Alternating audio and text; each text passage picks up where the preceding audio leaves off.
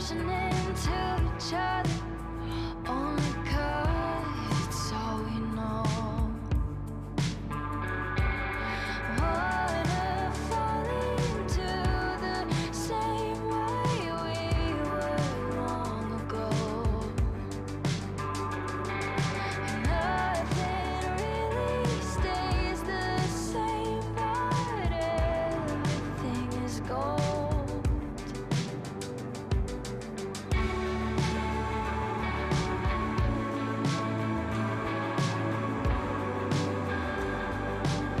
So I'm going on.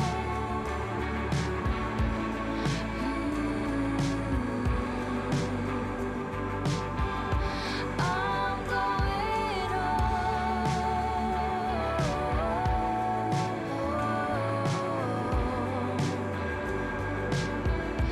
I'm going on. I'm going on.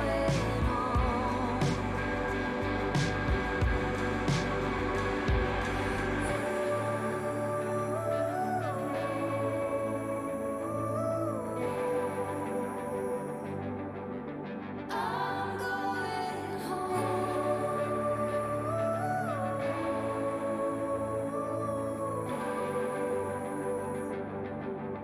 I'm going home.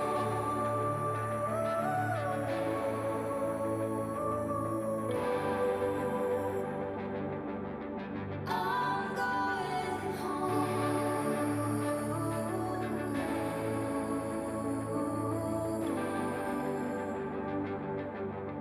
I'm going home.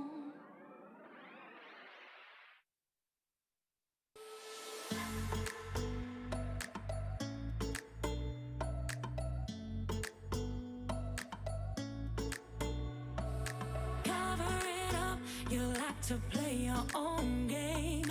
Cover it up, don't let them know what you're thinking. I bet you never tell them how it feels. I bet you never even try to be real. You won't go fooling me twice now, baby. I'm sorry, that's the way it is. You won't go fooling me twice now, baby. I'm sorry, that's the way it is, yeah. Don't you think like that? I will love you endlessly. If you don't believe in me, don't you be like that? I will love you forever. If you don't believe in me, yeah.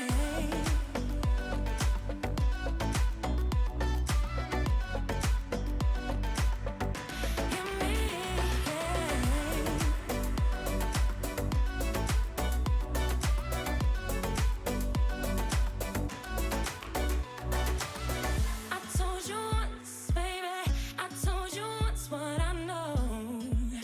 You got to let it go. I told you once, baby, I told you once what I know. You got to let it go. You won't go fooling me twice now, baby. I'm sorry, that's the way it is. You won't go fooling me twice now, baby. I'm sorry, that's the way it is, yeah. Don't you think like that? I will love you endlessly. If you don't believe in me, don't you be like that? I will love you forever. If you don't believe in me, yeah.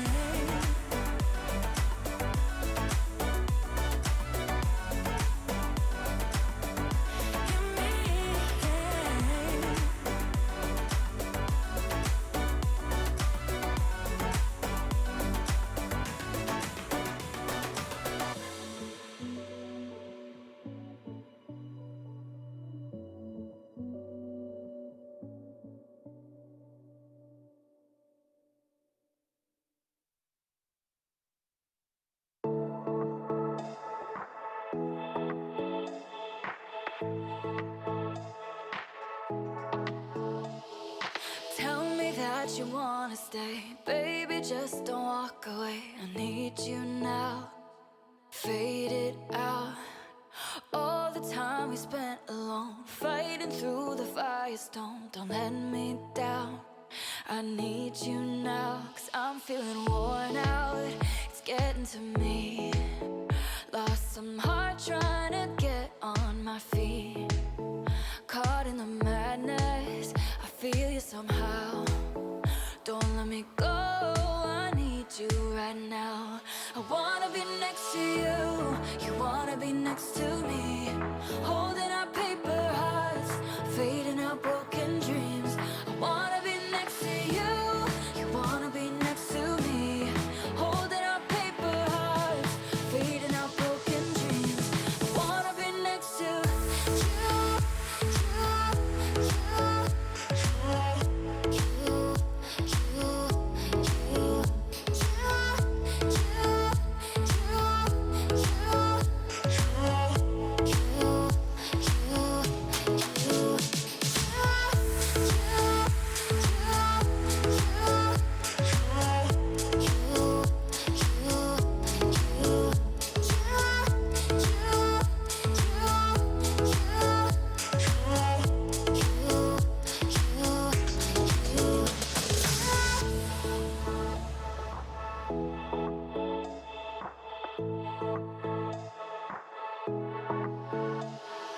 Tell me that you wanna stay. Baby, just don't walk away. I need you now.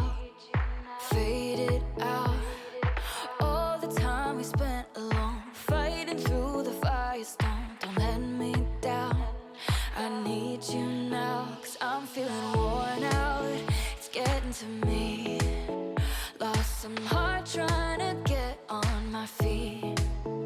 Caught in the madness, I feel you somehow. Don't let me go, I need you right now. I wanna be next to you, you wanna be next to me. Holding our paper hearts, fading our broken dreams. I wanna be next to you, you wanna be next to me. Holding our paper hearts, fading our broken dreams. I wanna be next to you.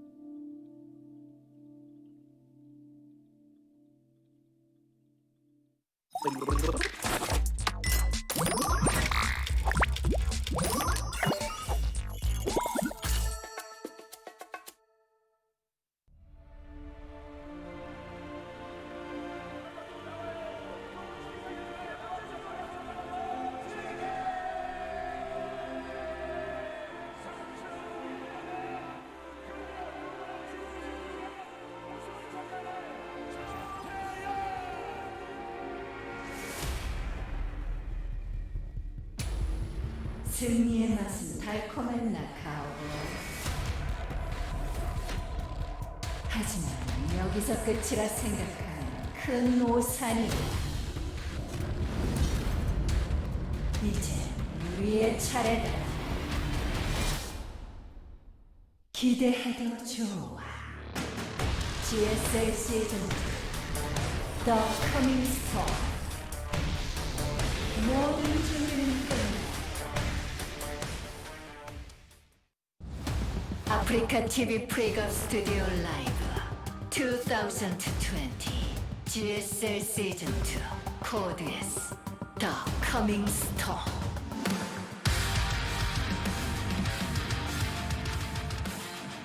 What is up, everybody? This is day 3 of season 2 of the GSL Code S.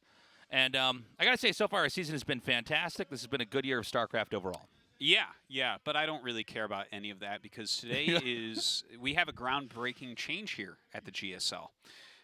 What you might see right here. Oh yeah, that's the back of a monitor, and we've never had that on screen before. And do you know why we've never had that on screen? Nobody even told us we were going to have this. Dude, for most of GSL, we were casting off of something. I'm not kidding you. This big. We when people were are like, casting off of a Sega like, Game Gear. Yeah, no, things were smaller than ants, smaller than bugs, okay? And in like a year ago or something, we got one that was not this big, but like that big, so that was nice. And now we have a real monitor. We have a monitor like a normal computer game player would use. We're no longer casting off of an Apple Watch. This is crazy. Yeah, we didn't even notice it until about 30 seconds before we went live. We I'm so excited. Whoa. I'm going to be able to see everything. Yeah. There's not going to be any stopping me. We got a quick video, and then we're going to start our match. 이번에 좀 신인들이 많이 올라왔잖아요. 좀 처음 보는 얼굴들이 많으실 텐데 그래도 GSL은 아직 고인물판이라서 16강에는 그 신예들이 올라오기는 힘들 것 같아요. 신기한 것 같기도 하고 확실히 토스가 좋긴 좋구나라는 좀 생각 좀 하고 그런 생각 좀 드는 것 같아요. 토스가 굉장히 많고 이제 테란이나 저그 선수들이 조금 없는 경향도 있는 것 같아요. 이번에 좀 이제 올라온 거지 계속 해왔던 선수들로 알고 있거든요. 그래서 그냥 그 종족이 토스여서 그런 거지 토스 사기까지 하는 거는 제 생각에는 조금 아닌 것 같습니다. 토스여서 뚫었다 하기보다 그냥 토스의 장점을 받고 이제 뚫은 거죠. 아무래도 저도 이제 가야 되는 입장이다 보니까 좀 남일 같지가 않고 씁쓸하더라고요. 그러면서도 이제 가는 자리를 제가 좀 다시 채우고 싶은 그런 욕구가 생기네요. 저도 이제 좀 얼마 안 남았다고 생각하고 저도 열심히 해야 될 것 같다고 생각하고 있어요. 뭐 피할 수 없는 거잖아요. 그래도 뭐 성적 잘 내고 잘했던 선수들이어가지고 시간이 좀 흐른 거는 좀 아쉽긴 하지만 그래도 갈 때는 가는 게 맞다고 생각합니다. 그래도 요즘은 1년 6개월이잖아요. 그래서 뭐 부러워요, 솔직히. 저그가 안 좋아져서 좀 밸런스 패치 영향이 있어서 좀 걱정이 되는데 그래도 한번 최대한 빨리 해답을 찾아서 좋은 모습 보여드리고 싶어요. 제가 이번 연도에 첫 시즌에는 좀 못 들어서 이번 시즌에도 만약에 못 들으면 어떻게 할까 하고 좀 부담감도 많고 그 부담감 때문에 예선에서도 조금 되게 힘들게 올라왔는데 그래서 일단은 조지명식 가는 거를 이제 목표로 잡고 해야 될 것 같아요. 지난 시즌은 일단 24강이 끝나고 16강 준비할 시간이 얼마 없어서 좀 아쉽게 떨어졌지만 이번 시즌은 그래도 빨리 경기를 하는 만큼 16강을 올라간다면 높이 올라갈 수 있을 것 같아요. 시즌 1 때 너무 아쉽게 떨어져서 시즌 2 때는 이제 정신 차리고 열심히 하고 있으니까 기대 많이 해주셨으면 좋겠습니다. 라운드 24 솔라 슈퍼 태자 로그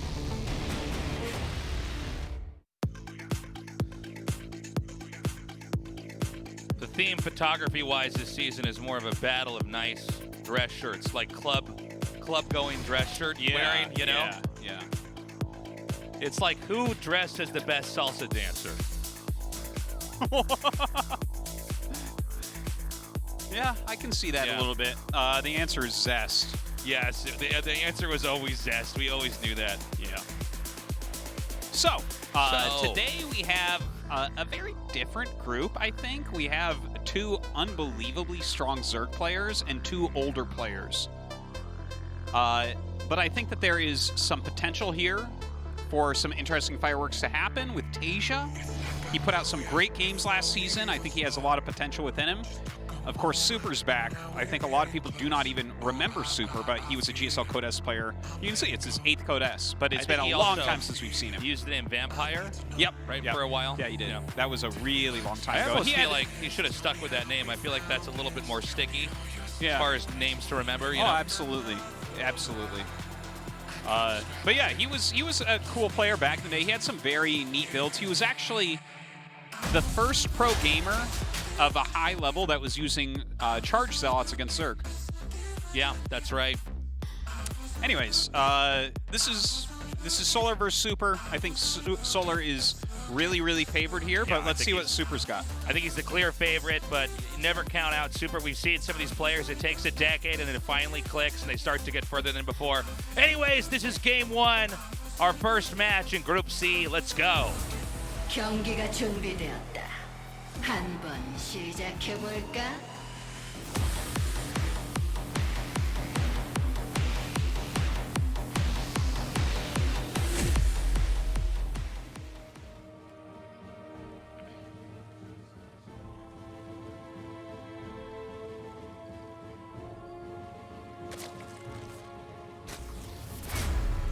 솔라 강민수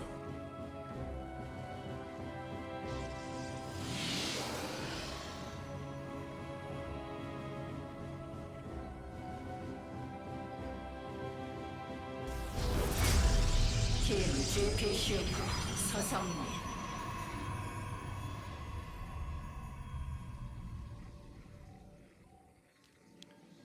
All right. I'm excited. And watching on this big, beautiful monitor, this is amazing. This is crazy. Artosis, don't cast so close to the screen. I know. You're going to go blind. God. Yeah, generally speaking, I think a lot of people probably don't know this, so let's just state this right away. Most of the screens you cast anywhere off of are very tiny. Yeah, generally. We've done some setups where we actually will cast off of a giant TV that's almost behind the camera, or adjacent to the camera that you guys would see us through. But yeah, this is nice. I believe these are actually the monitors for our sponsors, so that's very cool. Oh, that would be cool. Yeah. Which would make sense. Is why we get the upgrade here. Well, this is, I mean, looking at this series right here, right? I think Super is a big underdog. If he were to get to the round of 16, that would be amazing. It's so hard to imagine him beating a player like Solar, who's been such a staple for so long. Solar, who hit over 7K MMR in the past year on the Korean server. He's really good. He's in shape. And you kind of expect him to go forward. Yeah, I mean, this is one of these matchups that we have. I would call it a very round of 24, or what used to be round of 32 matchup, where, look, there's a clear favorite here. I do like what Super's doing, by the way, planting the 2 pylons there. He'll have to cancel both these, but this will slow down the hatchery a little bit. Usually you can measure that by how many excess minerals the other player would have. And in this case, the 3rd is going to be thrown down here. Now, this is probably all part of Super's plan. But just to finish the thought I had before those pylons were thrown down, I mean, this is a matchup where we kind of think we know the results, but there's a reason why there is a format to this tournament that we follow no matter what, right? So I don't imagine that Solar will lose this in an 0-2 or anything like that, but let's see. Let's give Super a shot. I haven't seen too many of Super's games since he's kind of come back to high-level StarCraft 2. And the ones I have seen, I can't really remember what they even look like, so it was a little bit uneventful, right?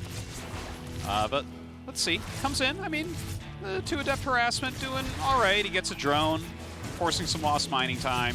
Looks being like annoying. He'll lose 1 drone there. Or 1 more, I should say. While the other Adept is taken out, this is then just chased away. Look at this, though. Look at this. Support bay. Yeah, this is unusual tech here.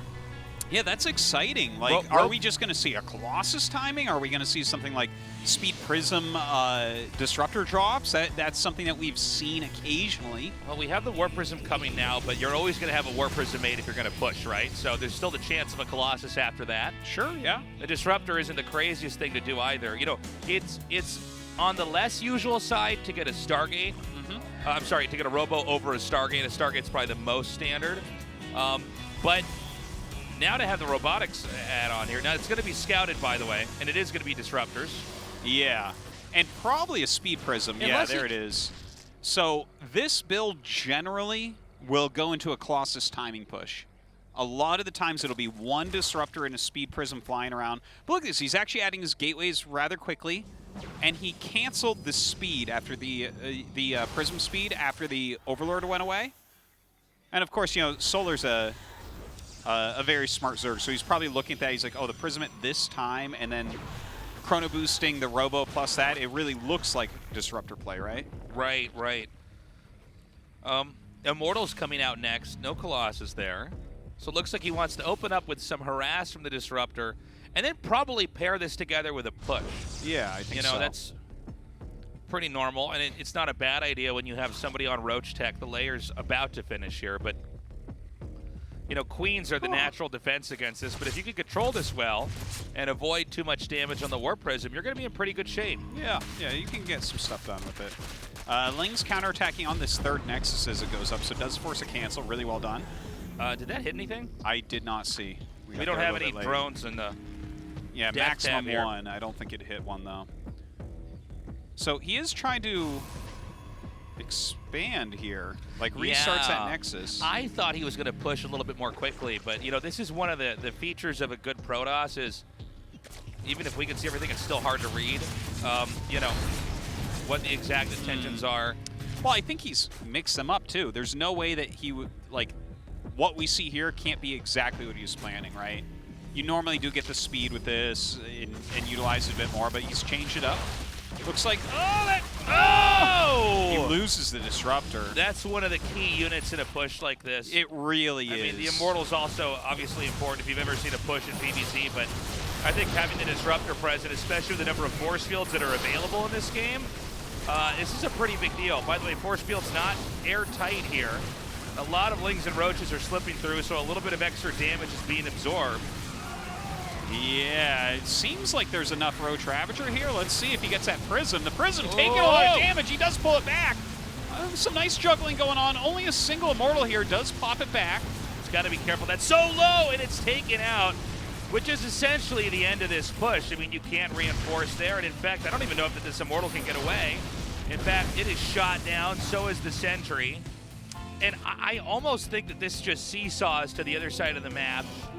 The damage should end up overwhelming the Protoss unless there's some really great tricks up super sleep here. Well, I mean, slow Zealots and 2 Stalkers are not going to hold a 3rd base. He's going to have to GG, I think, Tasteless. He's lost everything. There's nothing going on for him. GG, okay. Little bit as expected. A very straightforward win there. I mean, Super...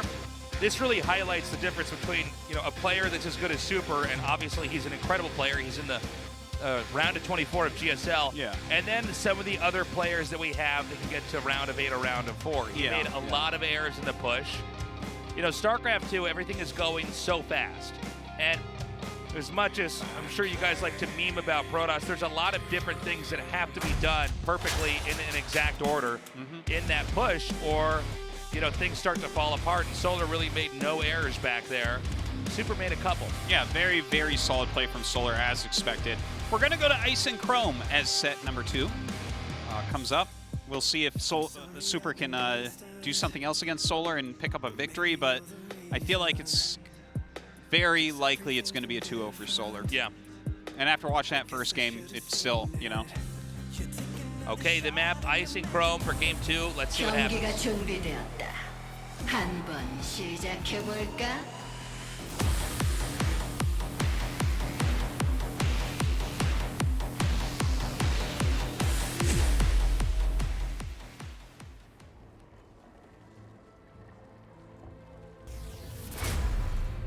솔라 강민수.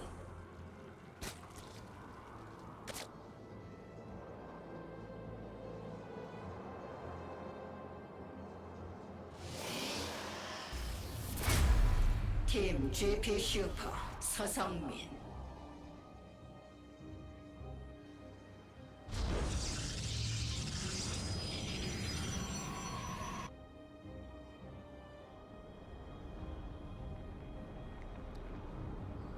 Okay. I hope we have a better game here from Super. I actually thought the build was pretty cool. But, you know, it doesn't matter how neat the ideas of the strategy are if when it comes to the actual attack, you're not able to execute it properly. Yeah. And that's the thing about PvZ is you have to win with a push. Or a series of successful harasses into a push.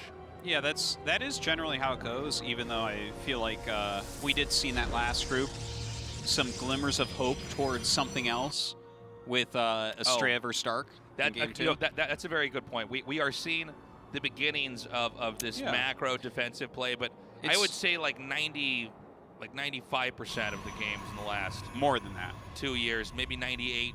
Yeah, it's maybe closer to that, honestly. That we're just a Protoss trying to push and win. Yeah. Now, well, as far as games that work or look like they might work, but you know, it's a new patch, it's a new time. There's been nerfs, there's been buffs, and I think that the matchup still has a lot of mapping out to do. It's one of the matchups I'm cautiously very optimistic about to get it into a really interesting place where there's a big range on both sides. Well, especially with the games that we had on Wednesday, we really got to see some very, very cool stuff that was really novel and really different and really changed just the whole way the matchup operated. It was, by the way, we're having the same technique here, literally down to the second pylon. Yeah. Now, let's see if he's going to go immediately to the alternative location and try to stop that. Solar changed up his play. He made 6 slings instead of 4.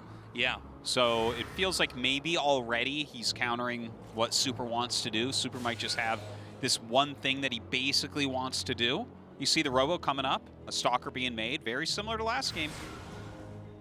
What am I seeing with that shade that just stayed there? That was really weird. Just shade into shade, man. Yeah, he just wanted to have a buddy with him. It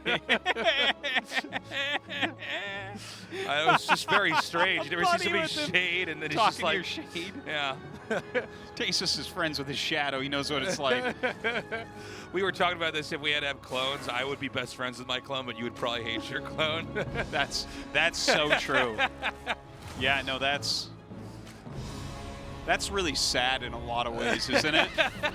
But it's actually me and it's would really be having true. a great time though. If we had a couple TaeJas, we would obviously be having a great time hanging out. Yeah, no, you guys would be like best friends and inseparable and stuff. But you're right. Like if I had a clone, we would hate each other. We would both be sure that the other one is an a-hole and like wow, he thinks he's so smart. Oh, am I that insufferable, Texas? I don't think so. By the way, another Warp Prism coming out here. Let's see if we have that robotic support bay here. We're not going to this time. I'm not sure what this is for, though. I think it's just a couple of depth harassment, right? It looks to be just... like 4 slow adept harassments. But wait, we don't have a Twilight Council here for Glaives. No, we don't. So that's... Which is, I mean, once upon a time, that was okay, right? Like, that was a thing. You could just go harass the depths that don't have Glaives.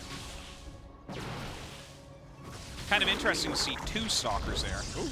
All right. This looks like it's going to go into a 3rd base. Yeah, for sure, especially with that forge there. Yeah.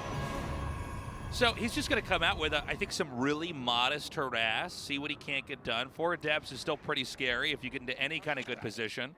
Yeah, and you can clear a lot of creep with them now that creep tumors are light, right? Like, right. That's kind of nice. He does have an observer out there. You can't really expect much damage, but it's like a light pressure. It's one of these things in build orders where you're trying to set up to have room to do something, you know. Okay, so brings the observer back to kill off the Overlord. Just continuing to trade here a little bit, some health for some lings. But I think Solar really doesn't care about that. He's making quite a few lings right now, in fact. Solar only on 45 workers. I think he's going to try to bust that third, but with the amount of units that Super's making here off 4 gates, soon to be 6, I don't... Well, I guess he's making Ravagers now too, so that's going to help. Maybe he can do something. Yeah, Zerg does have the opportunity now to try to do their own push here. This is spotted easily by the Observer. I'm sorry, how many sentries are actually here? 3, okay. This is actually going to be pretty hard to hold, I think. I think you're right. There's some batteries made. It's in kind of an awkward area. I want to see where I like Zerg that pushes idea, in. though. Yeah, if he walks around, it's not quite as good as you don't have to engage where those are. And now there's also batteries being made down here. I almost wonder if you want to try to poke in and then run back and let the batteries finish and not do anything. Maybe not. I don't know. Well, he does a big surround right here. Look at that. The vials coming down, getting rid of those force fields these immediately. Batteries, most of them are not finishing in time, so the ones north of this fight are just... Okay, this game I think is actually over. This is just... Definitely looks that way. This is a flattening amount of Zerg units. This is just going to completely crush everything that's here. The Warp Prism trying to be microed. You can see the surface area beginning to disappear. More Lings come in here to buffer as the Ravagers are the real damage dealers here. Yeah, as the Lings come up as well, it's just so brutal. You know, if there weren't any Lings here, you can kind of micro against Ravagers, but with the Lings there as well, the damage output of Stalker Immortal is just not high enough. Yeah, this is just too much.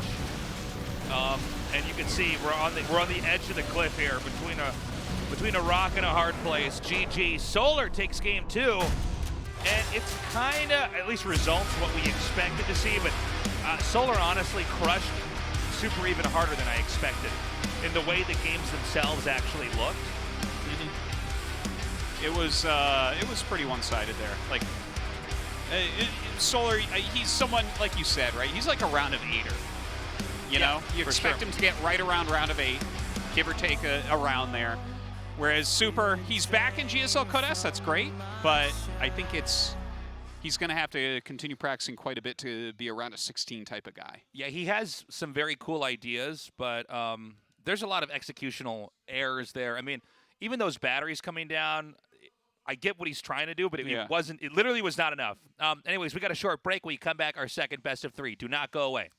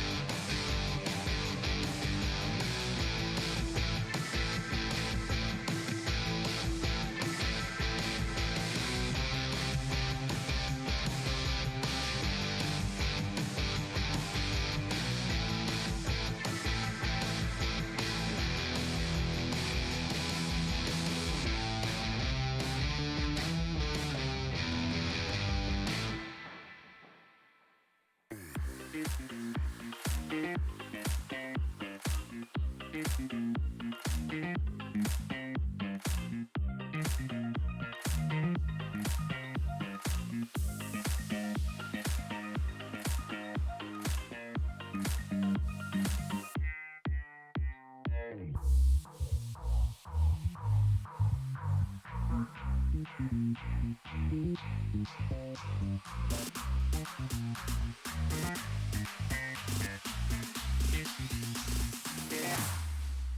we go now.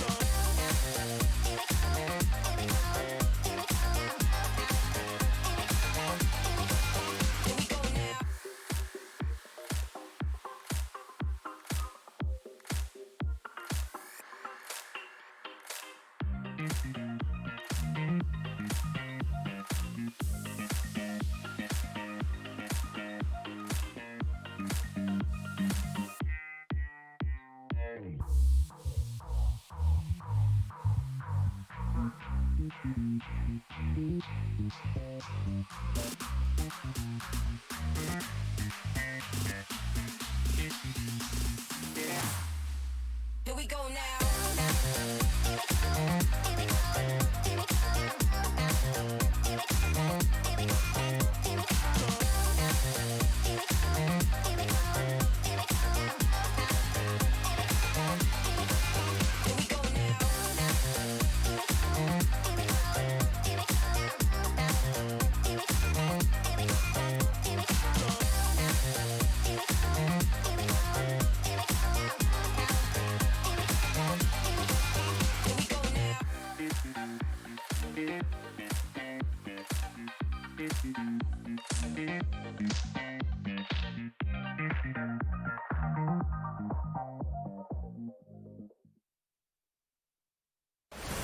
싱그러운 청귤, 칠성사이다를 만나다. 이런 청량함은 처음이야. 칠성사이다!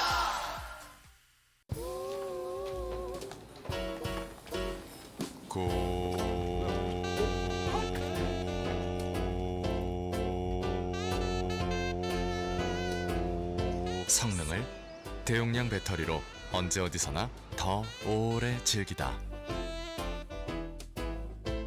72Wh 대용량 배터리, 고성능 노트북의 새로운 기준, LG 울트라 기어. 듀얼 메모리, 듀얼 저장 장치. 고성능을 듀얼 업그레이드로 더 오랜 기간 즐기다. 라운드 24 솔라 슈퍼 태자 로그 아프리카 TV 프레이업 스튜디오 라이브 2020 GSL 시즌 2 코드 S 더 커밍 스톰. Welcome back, everybody. We've got TaeJa versus Rogue next, and I think this is going to be a much more interesting series than our previous one. Yeah.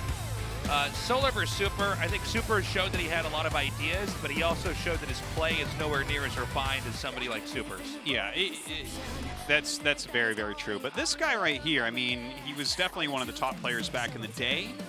And he's looking good now, man. Like, he looked great last season. That was my favorite series of the year so far, him versus Dark in the round of 24 last season. And then he made it to the round of 16, which was fantastic. I think he put out some good games there, but didn't make it through. But then there's this guy. And Taesus, if we could talk about farm animals for a moment, he's on the short list of people that we could argue is the GOAT. Okay. Okay? Yes. There's MVP, there's Innovation, there's Maru, there's Rogue, I had and no there's idea where you were Serral. going with this, by the way. I was like, I'm going to try to be ready, Artosis, but I Yeah. don't know what twists and turns we're going to take. Well, there's not much of a twist or turn. He's one of the best of all time. He's won 2 IEM Katowices. He's won the World Championship at BlizzCon. He's won GSL. He's won an IEM in Shanghai, and he's won a GSL Super Tournament. No one else actually has that set. It's true. He is pretty untouchable, but I'll tell you what, TaeJa's been looking pretty good. He's back and he's here to stay. Game 1 is on Eternal Empire. Let's start our match with Rogue versus TaeJa. 경기가 준비되었다. 한번 시작해 볼까?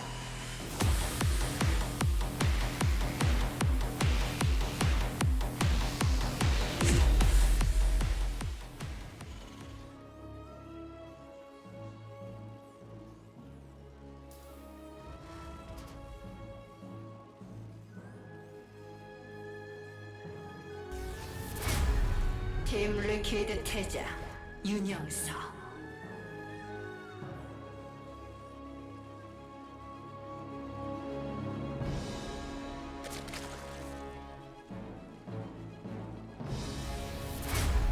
지네어 그래밍스 로그 이병렬.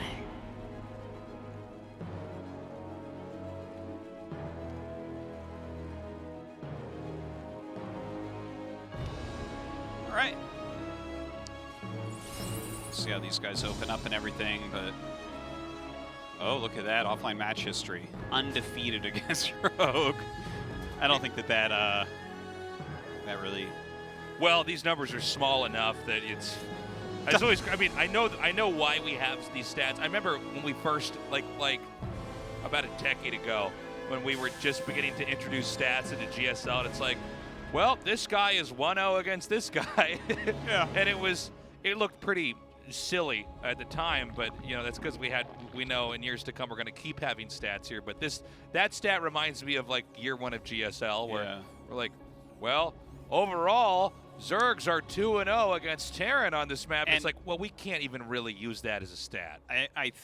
Legacy of the Void has been out for over half the lifespan of StarCraft 2 at this point. Right. So that Legacy of the Void stat is 5 years. And it's like, oh, did he 2-0 him 5 years ago? I don't know. But that was before Rogue hit his stride. Right. As I said, Rogue is within the discussion for the greatest of all time in StarCraft 2. Yeah. So it's like, well, that doesn't really, that stat doesn't work here. The only stat that's better than this is the one that says someone's 1-0. Yeah. Where I'm like, well, that just means we've had a game played, right? Somebody Is that had stat to for games or for sets? No, it's for games. Oh, okay. We always have this. Those stats are always just for games. Oh, okay. I actually didn't know that. Oh, look at that. Huh. All right. Well, we know about this part. Bounces the queen. Don't spoil it for me, Artosis. Does Yeah. the Reaper kill the Zerg in this situation? I mean, how many Zergs just died of this? Yeah. Don't give it all away here. But Occasionally you see a Ling go down. ah! Cute. Hey, there it is. I told you I wasn't lying. Ling went down. All right. At home, TaeJa is actually going for a third command, so very macro-intensive play from him. I'm curious to see how this will fare against Rogue. Rogue is one of those Zergs that seems to be the most out of control if the game has gone on for just a really long period of time. He was really the guy that started to make Zerg look ridiculous a couple of years ago in late game. Yeah, he had the Zerg. best late game Zerg for years and years and years until finally I think Serral was the only person that ever passed him. Yeah, basically, we always would see this inevitability of like Broodling Infestor or lots of Vipers used in situations. And that seemed like Zergs would always end up there if the game went on long enough, but Rogue seemed to be the first person to immediately get it. Yeah, he knew how quickly he could get there, and he would be aiming for it. Yeah, he knew that dance perfectly, and it wasn't like a Leenock Broodling Infestor, where it's like he had a kind of tiny chunk of the map, and he had this tech here, and he couldn't really go anywhere with it because there wasn't enough creep between him and his opponent. It was like a domination of it. Yeah, Rogue seems to know every twist and turn of that opening. Well, it's funny because that's like that's what he originally became known for, but as of late, it's been more about his Nidus plays. Like he's become a much more aggressive mid-game player. I think that part of what it is that Rogue can identify what the best thing is, really easily, and then he just works on destroying you with that.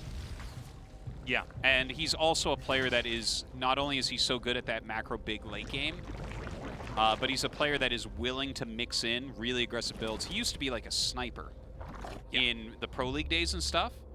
He was like, he went by the ID Savage. Remember that? long time ago. Yeah, and he would like just come out and have some weird sharp build and kill somebody. I remember for an IM qualifier, he beat Sulky once, and I was like, what? Craziness. Yeah, no, he's... But yeah, he's got quite a range. Yeah, he seems to have really just opened up every avenue of Zerg and mastered it quite well. Now, going to TaeJa on the other side of things, you know, TaeJa was a dominant player in the early days of StarCraft, right? I mean, this was when the first, you know, there was 2 big esports booms, right? There was StarCraft 1, which made it huge in Korea. Then there was StarCraft 2, which made it huge globally. And TaeJa was one of the people that was riding on the waves of that bigness. But he had to go to the military. He had to take a considerable amount of time off. But what's exciting about him being back now is he doesn't look like the good old TaeJa. He looks like a completely modern, top-tier Terran player here, which is awesome. And he looked great in the last season. Yeah, he really did. It's very exciting to watch because of that, I think.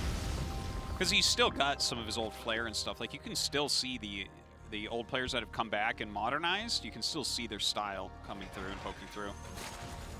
A little bit of harassment going on here. Throwing the Liberator up, right out of range of that Spore. And in fact, where those... That's a great placement. Look how annoying that is to walk the Spore around here. Specifically because of the double Evo chamber there. Yeah. So many more drones are coming out right now. We do have the beginnings of a push. This doesn't look like it's a push that's necessary. Oh, is that a tank in there? This is going to be committed. I stand corrected. I said it was not going to be, but we've seen this happening more and more. Even with the Sentry pocketed in that game. Oh my God. Oh my. I almost choked when that happened. Mid-sentence. That was brutal right there. He needs to leave now. Right now. That is not how you want that to go. That actually Look, only 100 Gascon. That means he only used 4 Banes. Yeah, that's crazy. All right. You know, I'm so used to players microing perfectly there. Even when I see that coming, I'm sort of you ready expect him to handle it, and I finish my thought instead. I was yeah, must have been doing something else. But that's a really important moment. The fact that now no pressure occurs at the 4th base is going to allow Rogue to comfortably get into his Lingbane Hydra, which is notoriously a difficult composition to deal with. And in fact, we see TaeJa going for the Drilling Claws. He's going for Mines plus Marine. And while we've seen Maru do it, like Marine, Marauder, Mine against Lingbane Hydra, I think I've only seen Maru successfully do that. You know? Yeah, I think you're right. And Mines don't seem to pair as well. I know they're a little bit better now, but... Good pickups here. Okay, he is going to back up and unload here. Again, a lot of the momentum that Rogue has now is because of the bungled attack by TaeJa. Yeah. That was supposed to at least be a favorable trade for Terran, where you kill off a lot of Banelings. Maybe, at best, you shell the hatchery down. But the fact that he basically lost infantry without a real fight ever going down, it's like Rogue is looking very scary right now. That's the basic war of this strategy. If you're playing Bio against Zerg and they're going Lingbane Hydra, their weak point is exactly the 4th base, because they don't really have their Hydras out yet. They don't really have any sort of critical mass. So the fact that zero pressure has been able to occur there, it's like Rogue has absolutely everything he wants. He's going into 2-2. He's getting his Infestation Pit. He has 4 bases up. He's at 85 drones, you know? Okay, this is, a little bit too far here for Rogue to try to push in. He's grown tremendously here. I don't think TaeJa's out of this game, by the way. I know that Rogue's in a good spot, but... Yeah, no, you're right about that, right? It's not like... There were times where there were unit comps where you can just kind of get into a position this good as Rogue, and it becomes incredibly difficult for anyone in the world to touch you.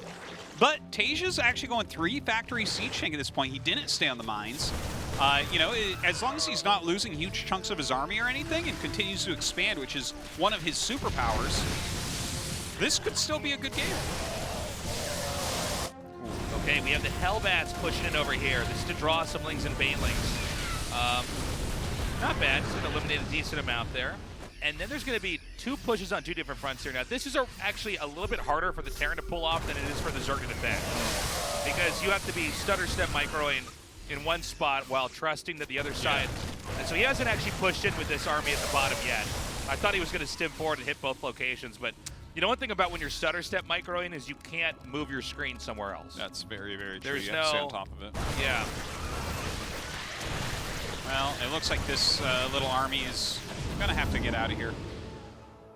Looking at what's going on, it looks like some Lurker tech is on the way. I'll be interested to see what Rogue wants to do with that. And of course, he does have the Hive coming up. I think he might go, like, is he just going to go Vipers, do you think, with this Hive, or are we also going to see Ultralisk tech?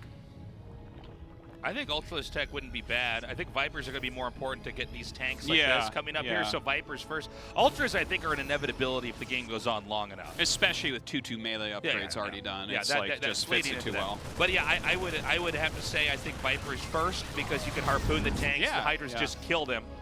I would the tanks don't get to do anything. And I don't know. I mean, you know, what Terran's doing here is Terran's expanding into the same area that Zerg is, so that Terran is both putting pressure on these expansions, but also defending the locations through the push line.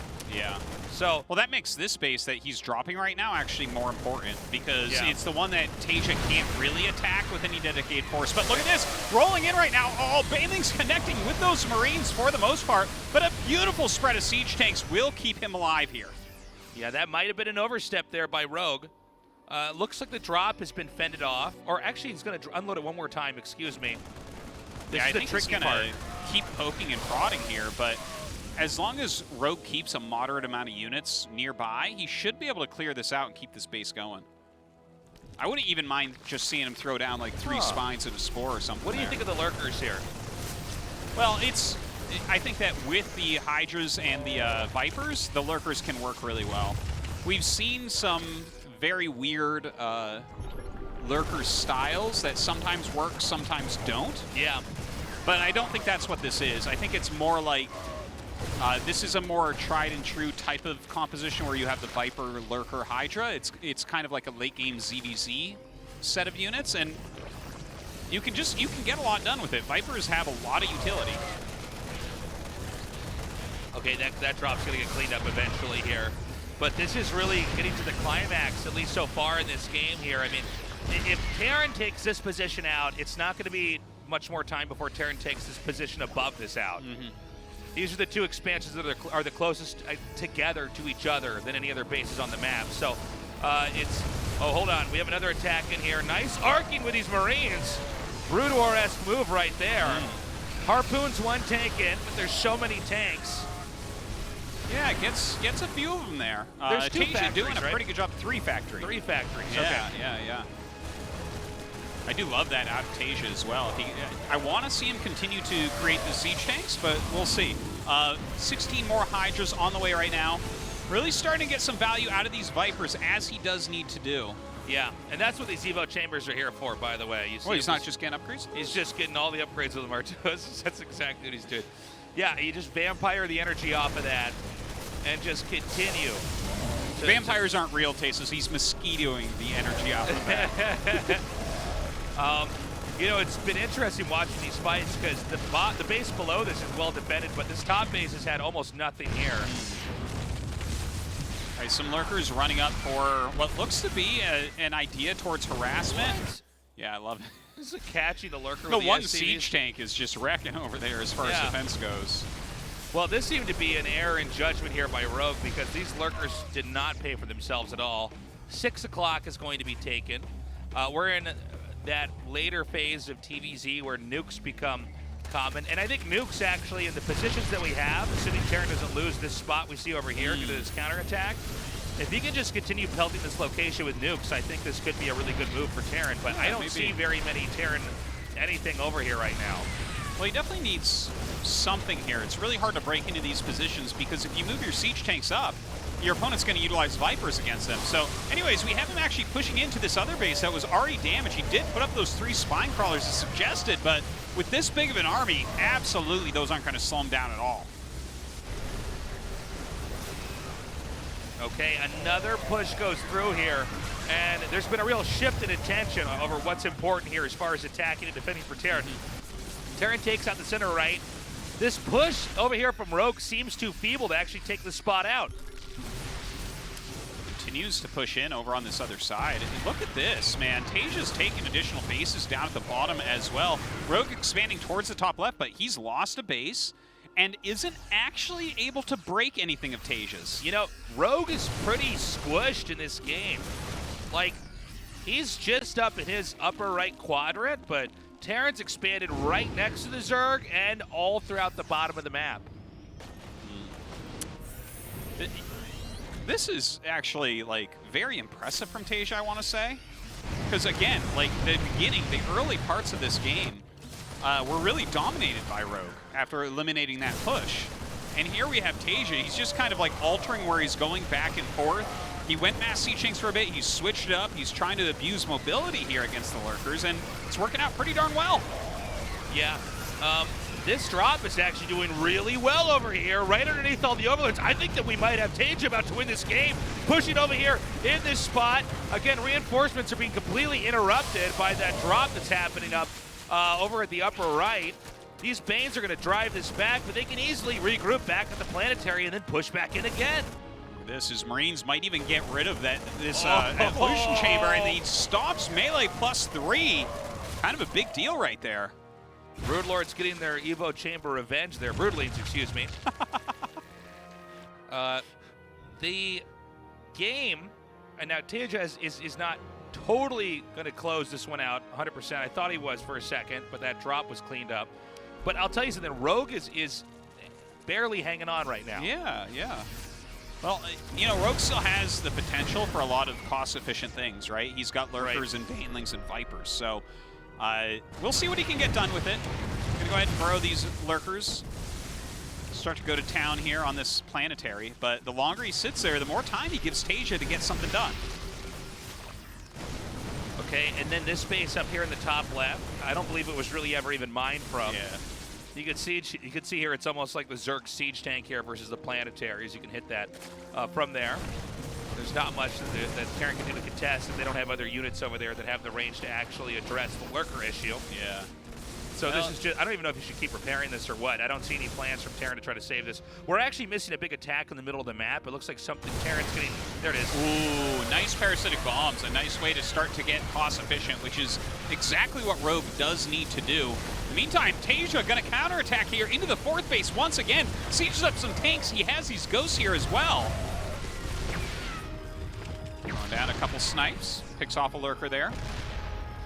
I'm going to tell you something, on that hatch. This hatchery, if he doesn't save it now, the next spot, like I said earlier in this cast, is going to be at 12 o'clock, and that is a very short walk from here. All right, he's trying to get in right now. Actually, yoinks in the siege tank and picks that off. The hatchery remains alive, but it has almost no health. Okay, well, here comes some more snipes on these lurkers. Additional lurkers come in here to buffer. I can't believe this hatch is still alive. Has this hatch actually ever been killed off in this game? No, I feel like there's been more damage dealt to this hatchery than almost any hatchery you've had in a game. Yet it stays alive. Some stuff. Yes. It is bleeding pretty viciously right now, Tasteless. Rogue is maxed out now.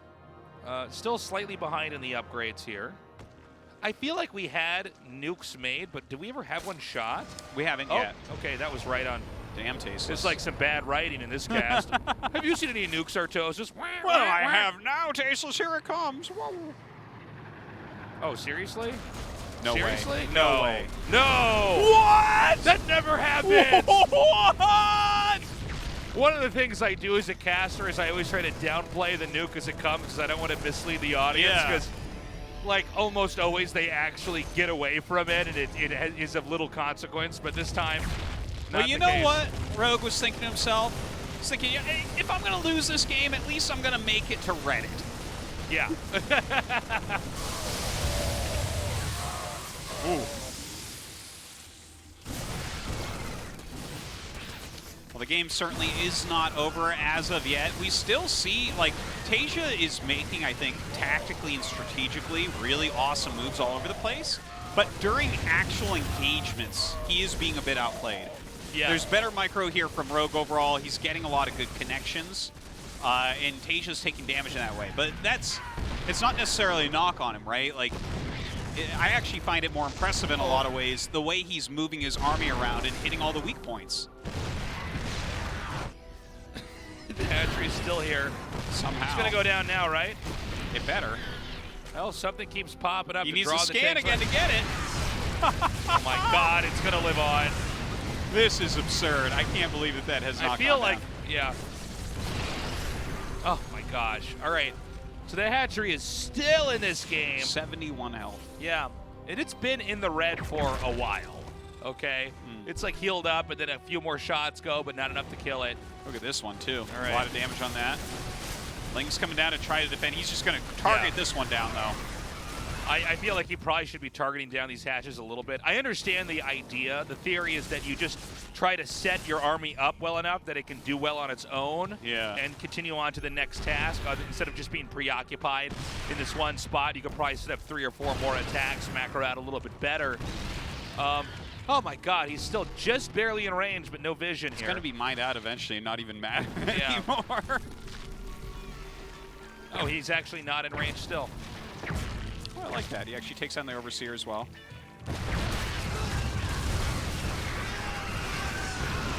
Still not going to kill this hatch. Yep, tank's still not in range. 12 o'clock is going to mine out here as well, right? Actually, I think it is. Yeah, I guess you're right. I guess you're It's right. funny. We've been watching fights over these bases for so long, but even if Terran ends up denying that position, it doesn't matter as much because Zerk got all the funding out of that spot. Yeah, if they keep it alive and actually mine it out, you know, it comes down to, like, is killing that important, or is just being cost efficient against their units being the important thing? Terran continues to grow into the upper left. That's going to scrape it, right? Yeah. No, I bet it lives. Nah, never mind. Sorry. I'll hand in my caster badge. Sorry, everybody. So, you know, that again, the base was taken out finally, but you know, how good is this really, right? I mean, this is okay, here we go. Oh, this one's a little bit better, I would say. Yeah, looks like he'll pull most of the drones, though. Yeah, it looks like there's going to be 2 neglected that we're mining in the gas. But now I feel, well, it just seems to me like Terran is going to get that upper left spot, no problem, but then Zerg gets to have all of the lower right. And then we're going to end up in the same scenarios we had in the upper left. Yeah, that could be. Yeah. Well, this is turning into quite an epic game, but it's Eternal Empire. This is kind of what we expect from the map at this point. TaeJa has that top left base, which I think is a really important thing to mention. And like, if there's a base that can be taken out, it's actually that one in the top left. Yeah. If Rogue just moved his army up there, he definitely could kill it. But if you get out of position like that, you might lose your bases as well. And TaeJa's been very good at making calls on when to move around the map. Now, unlike the situation which mirrors in some ways what we had, the situation we have here mirrors what was in the upper left. There's a lot more ghosts. So there's a more mobile way to pick off ranged units here. Oh my God, these blinding clouds are just incredible. Oh my God, just green everywhere here. Does have to eventually back up though. TaeJa keeps a big, strong army. Yeah, the ghosts really allow you to dive back into a fight with the range, right? I mean, siege tanks are strong and the splash is devastating, but the ghosts allow you to pick off very specific units. Even Hydras in this case, it's fine. Anything. It's not that expensive a spell. No. Picks off another hatchery here. Several drones dying as well. I think he'll actually slip into the bottom right. There's nothing over here to defend. He can't save that. No, he can't. But maybe he can kill everything else in the meantime. There are no overseers here. So these cloaked ghosts are just going to destroy so many banes. Wow, they did some serious work there. That's crazy. And then they're going to get away for these Marines and Marauders to buffer here. By the way, the bottom right hatch was taken out. I actually think that Rogue is going to die. Yeah. This appears to be... Absolutely tasteless. He has, like, nothing left. Yeah. This is, like, that's his base that has the most minerals, this one we're looking at right here. It's got almost nothing. His income is gone. The GG TaeJa wins again. TaeJa now 3-0 versus Rogue. And, dude, this is why TaeJa was so dominant in the early days. And it wasn't just like, oh, that was a meta where they hadn't figured the game out that well. No, apparently not. Apparently he comes in really a very complex TVZ against one of the best late game Zerg first Terran players that's ever lived, holds his own, and comes out on top. That's incredible. Yeah, his army movements, his tactical play, like basically what I'm trying to say is his like fundamentals of RTS were just so strong there. Right. He didn't even micro-well. He did not micro-well this game. No. And that's oftentimes something for Terran players that were like, whoa, Maru just like beat everything and lost nothing. No, he made mistakes. Or Byun did that. Or... and still came out on top. Absolutely. All right, so guys, strong. Going to Golden Wall for game 2. TaeJa versus Rogue. Right now, TaeJa with a 1-0 lead. 경기가 준비되었다. 한번 시작해볼까?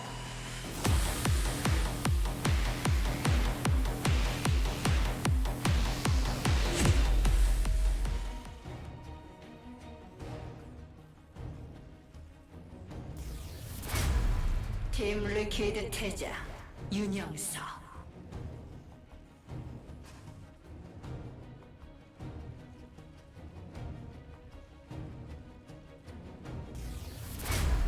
진에어 그리밍스 로그, 이병렬. Right. Golden Wall. This should be fun. Have a lot of interesting games here. Really not sure how these guys are going to approach it, to be honest. We've seen some TVZs here. Notably, I think one of the interesting ones was the Cure game, where he really didn't do much. He just parade pushed through the bottom. You remember that game?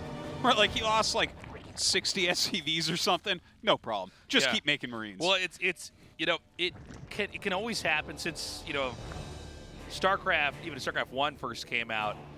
You could kill a Zerg by taking out all the expansions, but another way to kill them would be to get to where the hive is and blow that up, because that's almost always also where all the tech is.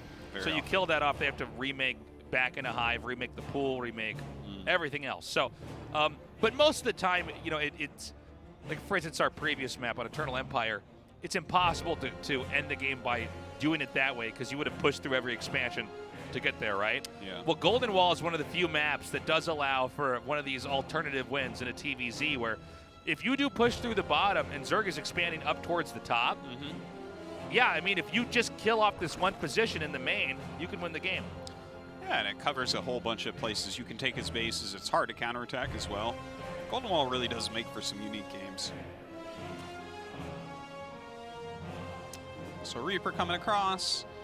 Nothing too weird happening as of yet. We have a bunker block here. A lot of the same ideas that we saw in the Super game.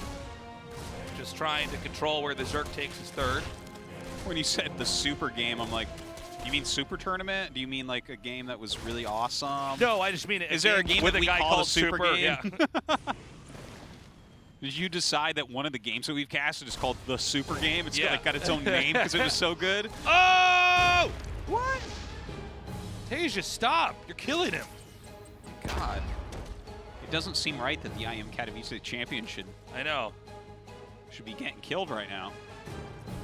Yeah, this was one of the most exciting things that I thought could have happened today, but I try to temper my wishful thinking. Well, out of all the matches today, I've been looking forward to TaeJa versus any Zergs. Yeah. Right? Yeah. Every other match is much less entertaining for me on this. I mean, Solar Rogue will probably be good if they play, but yeah, it's pretty wild to see. Ooh. Ends up losing that Reaper, but you know what? That Reaper did its job. That Reaper was a good Reaper. That Reaper's a hero. And the place he's building his command center, it looks like he's just going to take a very standard approach through the front of the map. The command center is placed in a position where I would assume it's going to float to the north for the third base. We don't have any gold bases taken here. He could float it to the gold. It's not. That wouldn't be an unreasonable thing. That's what I was going to get to. I wonder if we're going to see that. Yeah, it could be here, because you know it's a forward position. Terrans don't mind expanding towards the Zerg. It's oftentimes the best way to do it. Yeah, because they're going to be pushing almost always. I mean, we always see games where it's flipped and the Zerg is going to all in the Protoss or all in the Terran, or a Nidus Worm's used or something. But if you're going to go with like textbook play, it's not a bad idea to just expand close to him. That's what we saw that interesting moment of tension in Game 1 between these two on Eternal Empire where they were both, where Terran was hugging the Zerg's expansions with his own expansions. Because this way he can have all his resources devoted to attacking, and he really can't get counterattacked that easily. We have quite a few Hellions, as well as Banshees being made. TaeJa just kind of running around back and forth, poking and prodding, seeing what he can get done. Of course, Rogue moving his queens in tandem with them, blocking everything as of yet. Spire on the way. Cool. Gonna play a different style here. Yeah, I'm curious if this is a reaction to the previous game or if it's just the fact that the map is so different. I mean, I think mutas can be good here because they can go on either side of the golden wall very quickly. Yeah, that's what I was going to say. Yeah, it's that you can actually just hit anywhere where if you just, like if you had lurkers, for instance, it's like, well, how are you going to really deal with an expansion at the bottom if you're not able to get down there? Very true. And Terran can, of course, punish that. So this if you're going to go for muta play here in high numbers, you can do a lot of burst damage in the mid game here. Especially with the Banelings combined, and we see the Banelings nest started now. Does this seem, though, like, okay, definitely I can see how the Spire and Mutalisks in general would be very good if your opponent expands to the bottom, but since TaeJa's skipping that and playing just towards Rogue, doesn't it feel like the Mutas are, I don't want to say a weaker choice, but like, what they would gain on this map, they're not really gaining. There's no extra advantage going Mutas because of that expansion location. Yeah, I think you're probably right about that. Maybe you harass the gold minerals a little bit or something like that. I wonder if the mutas, because they give you a lot of strength in the game, like in the mid game, which we're about to get into, maybe this allows you to then take your own gold base and they can't contest it, and then from there you get so many lings, you know, along with your Banes, that you have the ability to flood their spot and hit them. I don't know, though. At the same time, now that Terran takes the gold base, I feel like everything I said is negated because then they just have more Marines or more Hellions, and therefore they can take on your links. Ooh, that is a great catch. That is even bigger than the mistake we saw in Game 1 by TaeJa, where he couldn't push any further. Yeah, what you can't lose those 8 Hellions for free like that. That was really, really painful. Okay, the Muta's flying into this gold base. Marines chasing them out. Good defense here by TaeJa still. Looks like the Lings are trying to check for any other location they can attack into. Yeah, it doesn't seem like there's anything as of yet. He's still sewed up pretty tight. Has some good defense here at home.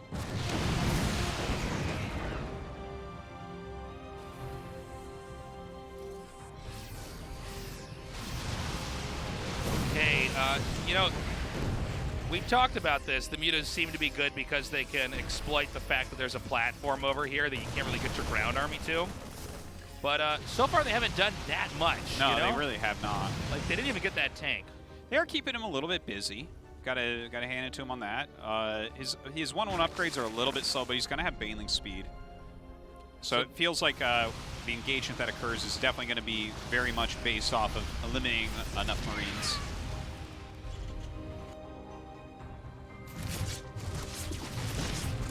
Oh my god. So the Banshee's taken out immediately. This game looking a lot stronger here for Rogue, I'd say. And let's not forget that Rogue always knows the proper sequence to get into the end game.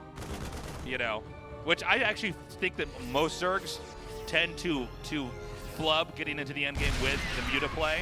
It's a lot of engages and then one goes wrong. Like if you lose all the mutas, it's like you're out. Yeah. You know? But I think Rogue is probably a player who can play cautiously enough. Well, from the mutas, it's like he has to get into ultras eventually. Right. The upgrades of TaeJa are pretty significantly far ahead right now. Yeah, this 2-2 is going to be hitting about halfway done as 1-1 finishes. Definitely upgrades are very, very important in these types of battles. When the Widow Mines can bro quickly and set up in a good position, that's where you can end up just like car crashing the game. Yes. You know, like it's... And he's... The mutas, you know, when they're clubbed together, it's hard for the Marines to ever catch them. I mean, this has actually always been a part of StarCraft. It's hard for Marines to ever get to where the mutas are. You can't force an engagement with the mutas unless it's some sort of attack. But where they have to defend. With Widow Mines, if you have a good setup and you can preempt their flight patterns, if you have 3 or 4 Widow Mines broed in this spot and you can just catch them, the mutas are gone. And it's not like most fights in the game. Most fights in this game is a trade. You know, our units are both going to hit each other, and then someone comes out ahead.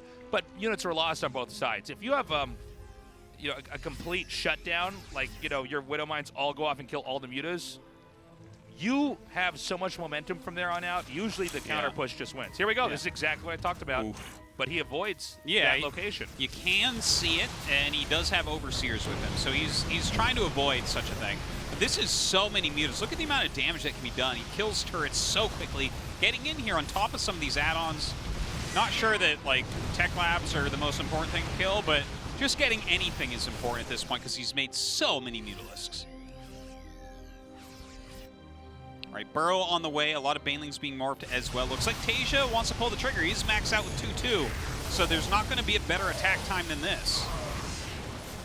But look at this, the punishment of these mutas. I really like this from Rogue. This is a very cool way to play. Well, this puts TaeJa in a tough spot because the question is, do you go back home or do you commit with a push? And we're just now seeing the push turn around. Or actually, I'm sorry, it stopped in the middle. It looked like it was going to turn around. Well, he's got to deal with this. Oh, that mine hit. Can we please see the hit points on that? Oh my God. Just barely not getting these burrowed. But TaeJa can't turn around. He has to do something with this army. Oh my God. This is silly. It's the most Banelings that have ever been made. This is crazy. Okay. Yeah, I think you just attack move. Oh, well, 2 Marauders were hoping that. That's for sure. A lot of Banelings go down there, not actually getting very much. What a weird moment with the Thor land, or the Mule landing there. Yeah, he wanted to repair. Okay, here come the Speed Banes once again. A lot of them still left over here. The Thor is standing in their way. Well, he's chunked out a lot of those units. I like the positioning here with the Thor. Look at this, he keeps letting because there's no Lings here, it's only Banes. So if you send 4 Marines up, there's no good engagement for you. Oh, that was just really bad by him back there. And he's trying to force him to squeeze through 3 Thors on a ramp to get to his Marine, like, look at this play. It's beautiful. TaeJa, my God. Okay, the Lings are out, but now there's not that many Banes. Look, he rotates the Thor to the front. Oh, he's just so handsome. He's so good. Thor is doing a lot of damage to these mutas. The Marines are continuing to split. I do think the Zerg has just a little bit too, or Terran has just a little bit too much, but now there's reinforcements coming. Well, a lot of mutas went down. There's 14 mutas remaining, not that many Banes left. Right. But the drone count is huge. He's got a lot of bases. TaeJa, though, I mean, we can kind of say the same, right? He just keeps expanding. Nobody has really partaken in anything on the lower platform, by the way. How interesting. We have 1 Zerg base being taken there now. Yeah, just now, too. Okay, there's burrowed Banes literally just right by all this. That's where he was actually standing with his Marine Force previously. But I don't know if it's where he's going to stay. Oh! Well, it's as if he knows. Good on him, not moving his clump of Marines over that.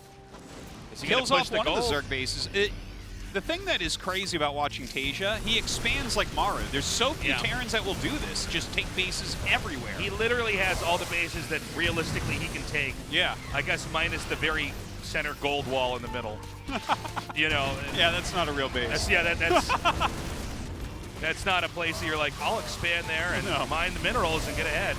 But yeah, I mean, there's everywhere else where there's any kind of resources. Oh my God, have some Banelings.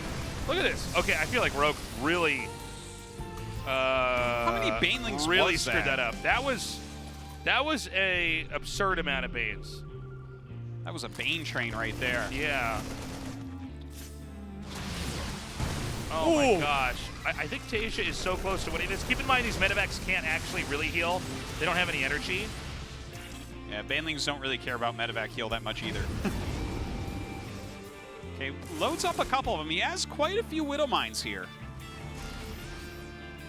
Rogue maybe thinking about counterattacking somewhere, but mines spread out, getting some big hits. Now the bottom left base on the lower platform has been taken, but I don't believe there's any drones really mining from it just yet. Yeah, I think you're right. Look at this. TaeJa continues to rally over. Dude, he's so good. Yeah, he's just fantastic. He's playing so perfectly. He got in there right before the gold minerals were mined out. So there's no recourse there other than mutas, and there's enough Marines the mutas can't really ever try to take the fight. Now there's an Ultralisk cavern coming here. Not a lot of gas though in the Zerg's bank. Yeah, not too much right now. We'll see if he can get up to that and make something happen with it. Oh, he's just not gonna quite get this. Well, the muta's flying over. Up. But the base was also taken out over there, the gold base. And now, dude, I think TaeJa's gonna win this. It's looking pretty good for him right now, I would say. Well, a nice save on that base. Yeah. A little bit of a counterattack here, but he's already mined most of the minerals there. How many minerals are actually available at the base in the upper right? Not the very, very upper right. Oh, you're talking about TaeJa's? Yeah. That was his 4th, so I think it's still all right now. Okay. And of course, he does have that base that they're kind of having some scraps over. Up at about 1 o'clock. Oh my God. Oh my God. Oh, dude. He's just eating mine hits. I'm a little bit worried here because the push is inbound now and a couple of Thor shots. And you have only a ground army as a Zerg. Okay, he's going to drop off. This is not an army that you can trade with forever. You have to have such a bigger economy than your opponent to make it work like endlessly. Oh, the mutas are going to chase this. Where does TaeJa want to try to hit? It seems like he's not going to try to... Oh, no, he's going to drop the bottom left base. We have link counterattacks everywhere. This might... Rogue is actually flowing down to that bottom left base, though, so I don't think he's going to be able to get that. TaeJa's economy is becoming small enough that maybe this is going to work out for Rogue.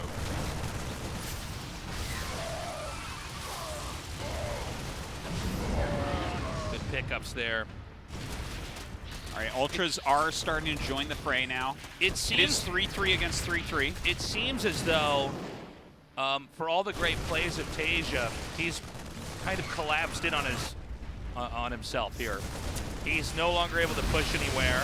Zerg is now freely vacuuming up resources at the bottom left. Let us not forget, though, that in this map where it does appear that each side of the map gets their own resources, there don't seem to be a lot of shared locations or expansion ambiguity as far as who's supposed to get it. It's also possible that Zerg gobbles up all the resources on the map and spends them, especially in units like Banelings, after not trading efficiently, and then Terran comes out on top. That's a possibility as well. I almost think if I was in TaeJa's position, I might be itching to try to stretch this game for as long as possible. Yeah, I see what you mean by that. And maybe just stay cost efficient the whole time? Yeah. Ooh. Well, like this moment here. Now he's going to kill SCVs and damage this, but now the Ultras can't get out. Yeah. Everything, especially that is gas. Everything that is gas intensive is lost, that doesn't pay for itself. At the end, when we have to measure this all out, I think TaeJa is going to come out on top here. Maybe. Well, those bottom bases are really going to start playing a role as well. The fact that Rogue is taking yet another one, that really makes me favor Rogue in this position, right? And he can keep sending masses of lings around. He has got a huge economy, but hits like that, I mean, 18 kills from a Widow Mine hit, it's pretty strong. Yeah, well, the lings at this point in time, they seem to be getting the most value here, you know. There's just enough in the game. Oh, nice micro there. Doesn't end up working out anyways, but the idea was pretty good. Put that in between the mineral and the gas. Now look at this, the amount of Ultras coming out. You can fight Ultras to a certain degree with Marauders, with Thors, with Mines, with Marines. But, like, if they have a lot of Lings with it, a lot of Banes with it, and a lot of Ultras, it becomes really hard. It feels like you really need to get Ghosts in there, you need Liberators in there as well. So I think that Rogue is basically massing enough that TaeJa's not going to be able to stop his full army. But he's doing a little ultra hit squad here. I love the air coming off their back with that upgrade. Yeah. Whoa, they're fast. Now, it seems like Rogue has had enough bases up for enough time that he can have enough Banelings that he can start to really just smash through these armies. Now, hold on a second. The mutas are all picked off over there. It seems like everything was split improperly.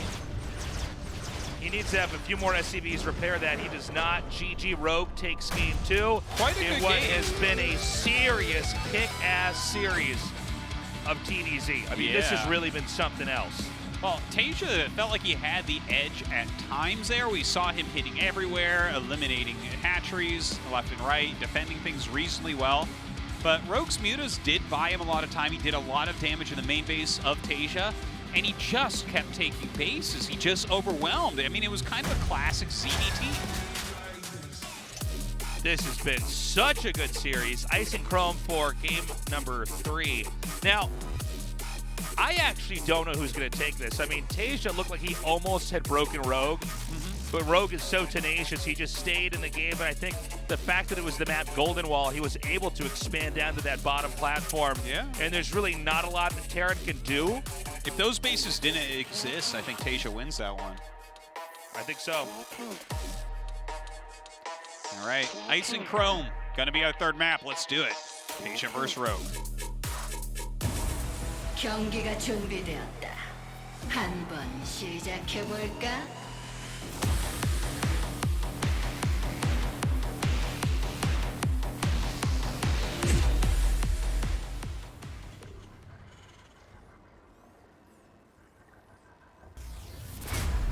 팀 리퀴드 태자 윤영석.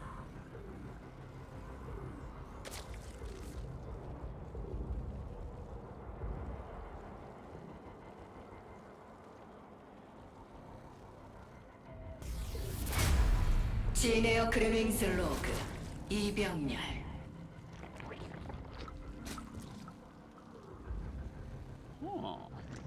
Yeah, look at what Rogue's doing here. This is... I wonder if he's just like, it's time for him to double proxy me, or maybe he has a cheesy build plan. That's actually a smart point. Is like, it seems almost in the rule book of GSL, ZVTs, and TVZs.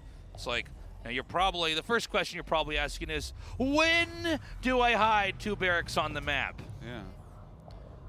Such a common play. And it seems like TaeJa is just going to play straight up. Yeah, there's a lot of different ways you can do it too, right? You can make Lings and kind of run around and try to force a cancel on the command center. You can try to catch a Reaper with something like this.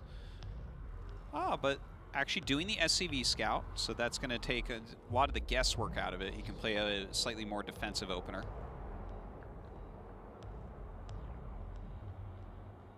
It's cold on this map, Artosis. Yeah, it really is. Ice and Chrome. Chrome, everyone knows Chrome is one of the coldest metals. Yeah, and when it's this cold out that it's snowing.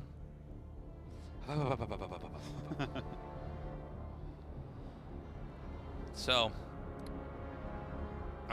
I've got my fingers crossed for another epic macro game. Yeah, I hope so. I think there's definitely a possibility to it.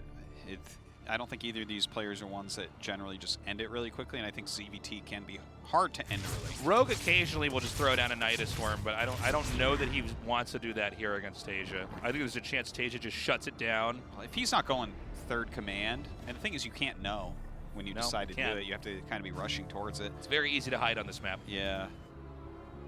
Like for the Nidus to work, like the Hellions have to be out on the map, and it should be a third command build, and then it's like, oh, okay, here we go.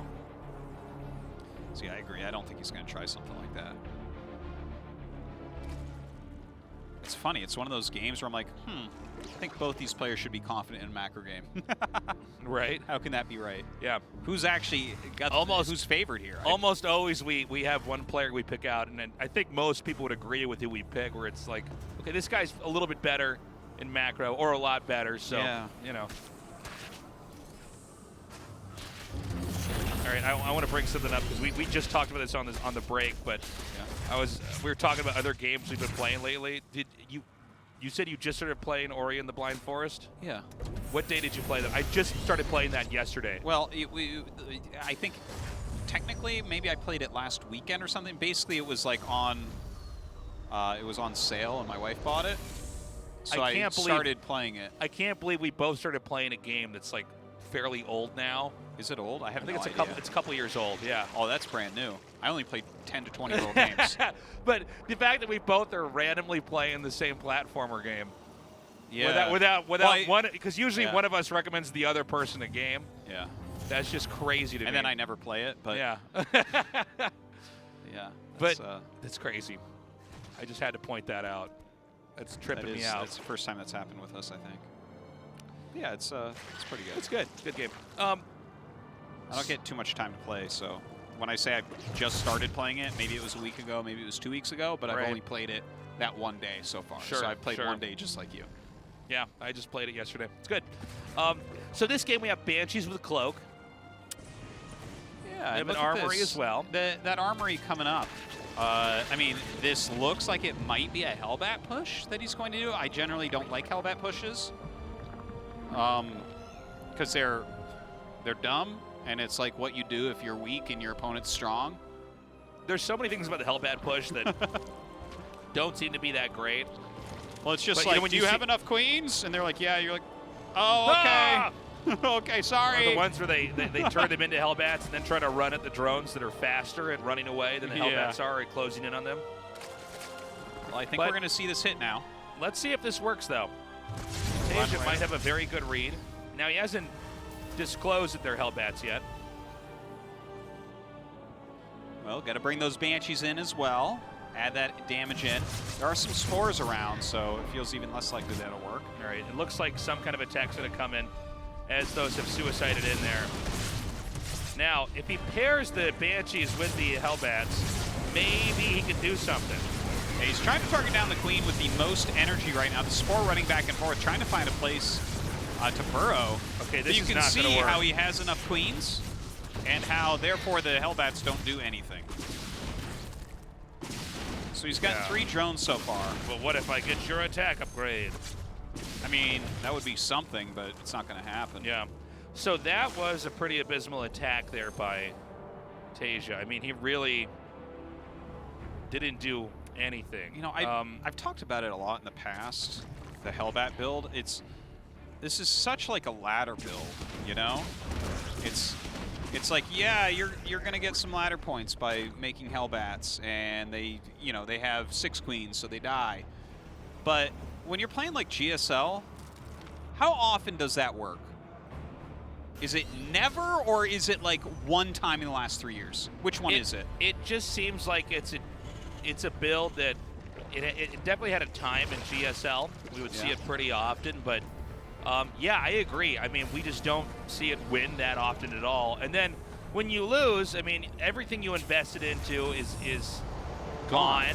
Your infantry are going to come out later. The Zerg is not afraid of losing the 4th at all, and usually that's the beginning point of tension really starting to heat up in this matchup is the Terran pelting the 4th base and Zerg doing everything to keep that base alive because the 4th allows Zerg to propel themselves into late game. There's no map control. There's no creep denial. Right. Rogue's taking a 4th and pushing his creep way out there. It's just, yeah. Guys, if you make it into GSL, don't do a Hellbat build. I'm surprised he did this time. Because I'm trying to think of all the times Rogue especially has lost to this. Well, I don't have the stats in front of me. I just know that every time I see that armory and a lot of Hellions, I'm like, oh, this guy's not going to win. It's an anachronistic build for sure. Yeah. Well, it's like the build you use if your opponent's way better than you. Because sometimes you just get them. It's one of these math things. It's not like you're microing your Hellbats really well. You're trying to just push units into a spot where your opponent can't answer it. Well, I think also it's, you know, Hellbats are some of the least microable things because they're not fast. There's nothing there. There's no way for you to be like, I'm a better Hellbat guy than this guy is. Yeah. It's like, no, you both have 8 Hellbats. It's exactly the same. And it really is a unit where the micro goes into the Zerg's hands. Can they transfuse correctly? Can they split correctly and arc everything out? And I almost think we should see this build eventually go away. It's not even... And it's like a yes/no thing, but it's not even a decisive one that can kill somebody. Doesn't Pulling seem like the boys it is anymore. is more, you know. That's true. I don't know. Pull the boys has had more success. Well, the thing is, SCVs are fast. They can come out, and then they at least are comboed in with your already pretty big army. Yeah. I see the idea of sending the Banshees in and trying to snipe down the correct Queens that have the transfuse energy. Yeah. And maybe it snowballs, but I just don't see Rogue going down to that, you know? No, I don't see any opponents are going down to it.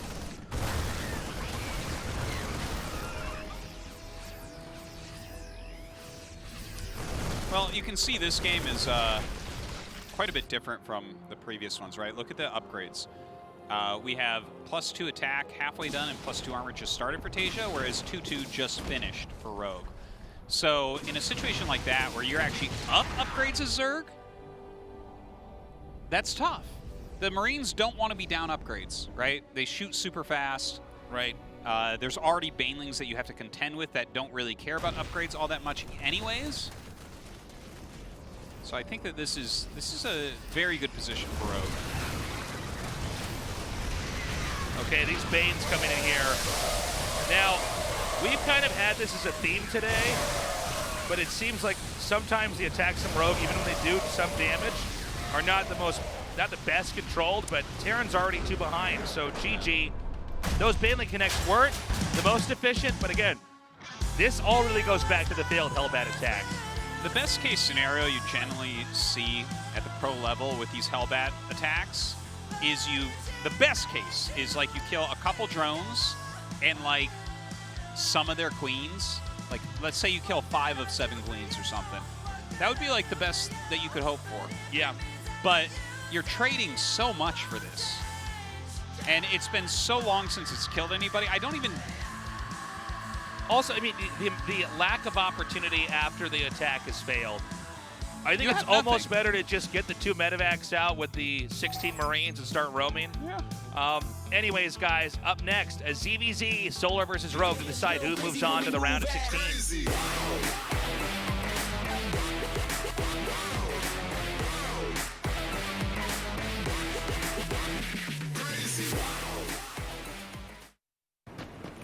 울트라 기어로 부드럽게 이긴다. LG 울트라 기어 게이밍 모니터. 거기 들어와. 그 밑에 걔 잡고. 나이스. 자, 됐어. 미안해, 로나. 화났어? 미안해. 내가 해줄게. 아, 잠깐, 내가 누르면 안 돼. 누르면 안 돼, 지금. 자, 경표는 무슨 소리야. 좋은 시간 되세요. From the beginning. Hit it, boys.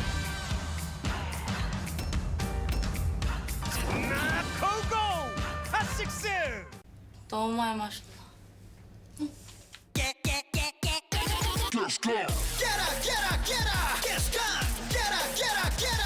청정제주 숙취비법과 탄산의 만남. 숙취엔 가스강. 상큼한 복숭아, 칠성사이다를 만나다.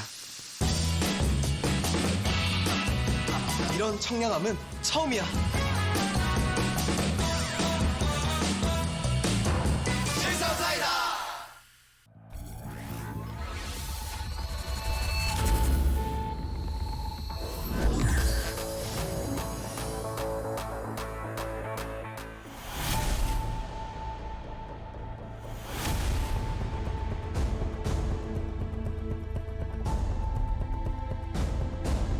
Defend here for Squirtle, and a big drop in the main base with a lot of Marines, and Squirtle's in a lot of trouble. He's warping in some units and attacking at the same time. Counter attack. Does he have any units at home? This is a crazy scenario. All right, the Hellions are moving out now, but are we having a base trade at 5 minutes? I guess it's going to be a 5-minute base trade, man. And with that medevac and Marines, it looks like MVP not going to lose his units, but beautiful surrounds. Oh my God, Squirtle just got surrounded on his stalkers, and they're all going to go down. This is looking like an MVP victory. It absolutely is, Artosis. The beautiful surround there by MVP, using just his workers to hold Oh on. my God. Unbelievable. That was the quickest base trade I have ever seen. Yeah. All right, now dropping over here in the net. I don't know if that's the best. Some good force fields and concaves as well as blinks should be able to have. Yeah, I think MVP's going to have to pull out of here. But MVP actually doing a pretty good job picking off some units here. He's got to be careful, though. I feel like this is an overcommittal, Tasteless. And, well, this is a huge concave for MVP right now. We have 4 Colossus come back, and none are dead because we just don't have any Vikings. Just 2 Vikings attacking here. Note he made a bunch of fake Void Rays with that attack. That's right, and the well, it looks like these Stalkers, the micro doing very well, but they've taken too much damage. Nothing that Karen is really dying if you watch carefully here. The Stalkers, they can regen shields, but not in this way with this battle. I think he's going to lose that. Dropping the Manor Mules in the last second. Oh my God. MVP. You know, that one Valley loss was like at Nexus though. Oh, we'll see. If he goes up to the main, it's going to be better. He's going to go get probes in the main. Oh my The probes are trying to evacuate. He also can get the pylons powering the gateways, by the way, and probes cannot get back over that location with ease. MVP. Oh my God! Kills that pylon so badly. Tasteless. All right, here we go. Dropping over here. Oh my God, MVP actually going around the army. Uh-oh. He's out of position with his army, Tasteless. That dropped doing a lot of damage, and now he's coming up. Oh, this charge isn't done. Forget about that Marine King guy. Look at this. Amazing play by MVP, crushing through this army. Dropping the mule saying GTFO, and that makes Squirtle say GG in a beautiful display of raw power. Oh my. Now these siege tanks are going to be so worthwhile. As he runs back, those Stallops taking a ton of damage. Nice stutter step micro here by MVP, but the Immortals come up and clean up the siege tanks. Oh, close goes, but there is, in fact, detection. Here we go. Those Vikings targeting down the quasi so quickly. The Zaws getting a ton of surface area, and MVP's army is in shattered. MVP did a really great job, but he lost a few of those units to those medevacs earlier, and that's it. GG. A huge booming cheer. Well, just erupted in our venue. Oh my God, he's moving in. Void Rays to attack the Vikings, end up attacking the Void Rays instead. Well, he's going to target down the quasi, and he's doing that. He has a lot of Vikings this time, but the quasi still doing a ton of damage to these units. So many Stalkers are right now. One quasi left. All right. Oh my God! Man, that is a recall right there into the main base of MVP. But these battle cruisers should be able to deal with this. How many items do they have? Yes, 4. Feedback and storm! Absolutely crazy. And now MVP coming with all his units, lifting things off to do it. Oh my God. Oh my God. But no Archons. Where's his Archons? He needs to get those in there. He cut down the Archons before it was time. And the Void Rays come out. And Archon goes in. Archon goes in. Get in there. Oh my God, what are we seeing? This is madness. Oh my God, is he actually going to kill this army? Oh, the PCs are all going down. I can't believe what I just saw. And it looks like that's going to be it. Oh, he seems scratching his head. I think he might punch out GG here. We're going to see. I bet you MVP's pretty surprised. GG. Oh my God. Insane. Oh my God. No, this is, his units aren't all going at the same time. That's a big mistake there. And MVP going to do a lot of damage. Oh God, that was a really bungled attack by Squirtle. Oh my God. Oh my God, oh my God, oh my God. Okay, this is a big moment for Squirtle. This is a moment where MVP is going to He needs to shut the door, shut the door, shut the door. No, it's too late. MVP, I think, has to move forward. I think that's it. He has to move forward from here. This is too much damage that's going to happen to his main base. He can't play the slow push game anymore. He can't whittle down anymore. Here we go. Oh, Psystorm's going down everywhere. And MVP's army being shattered. He just has to hold up this one MVP attack over here. Can he do it? Could be close still. It's a lot of units, but it looks like with that, that's too much for us. GG. We're going to game number 7. This is insane. Squirtle. Unbelievable. Unbelievable comeback. He'll lose some of his tech, but it'll take a while. Bunker still almost finished. Almost finished. Almost finished. Get the SCV in the last second. Oh my God, he did get the SCV. Yeah, it's not going to finish. Here we go. He needs to get a few of these SCVs before he actually has to engage here. Here come the probes. Oh, he's got to be careful of those probes. Oh, and the SCV's out of position. Going to lose a few extras. He's making a bunker. We're boosting out another something over here. With some phenomenal micro right now. The Nexus goes down, but it's not over yet. Make no mistake. Yeah, this is not actually over. This still could turn around. MVP is our 4-time GSL champion. Oh my God. Wow. I can't believe it. He put everything on the line. Squirtle held. MVP set up a flank, got 2 units for free, and then somehow sent all his STVs and still won.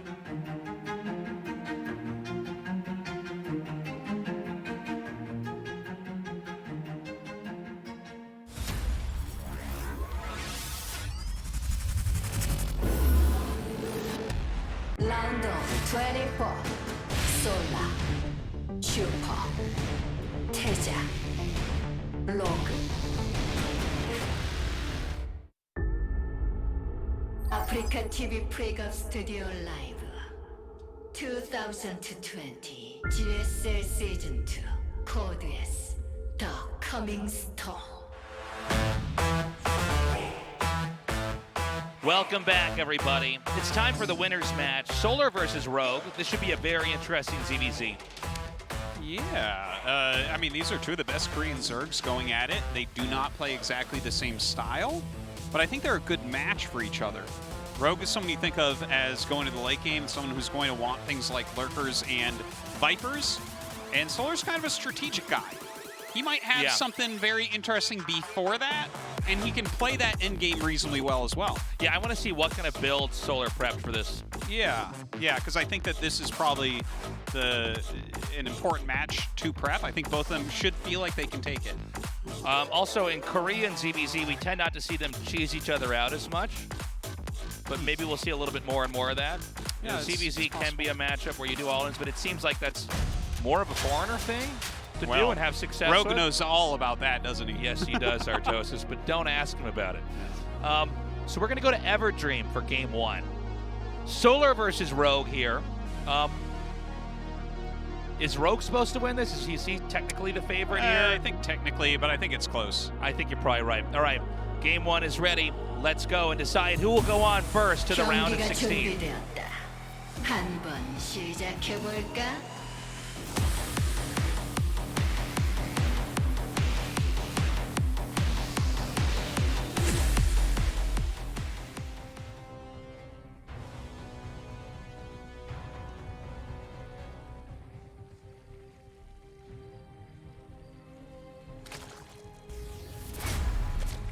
솔라 강민수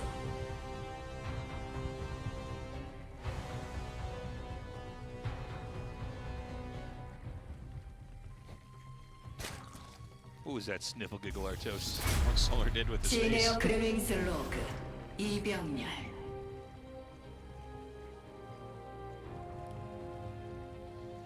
You ever notice the larvae just turn into the egg? They're just like little baby larvae going around and they go bop, and they're a bubble. Actually, I've never really tried to pay attention. Like, does the larva expand? It doesn't. I was just watching. It just like disappears and the egg appears? Yeah. It just eggs. But it doesn't like flatten out or anything. There's no in between. No. We'll watch next game. All right, but I'll show you. I never really paid attention. Either, but now I know. Yeah, well, it's funny because like now I don't care about anything else. That's the only thing I want to know. You know what's really funny actually? Speaking of like just your stream, I didn't know that on the win screen or the lose screen in Brood War that there was music that would play. Really? I didn't know about that. Oh. And now I know because when you win or lose a game, you'll stay on that screen. You're somebody who actually sits there. You gotta suck it in, TaeJa. So sometimes you'll be like ranting about stuff, and it's like that music was made for you to rap about how messed up Protoss is during it. Yeah. Like bum, bum, bum. I didn't know that there was victory music, only defeat.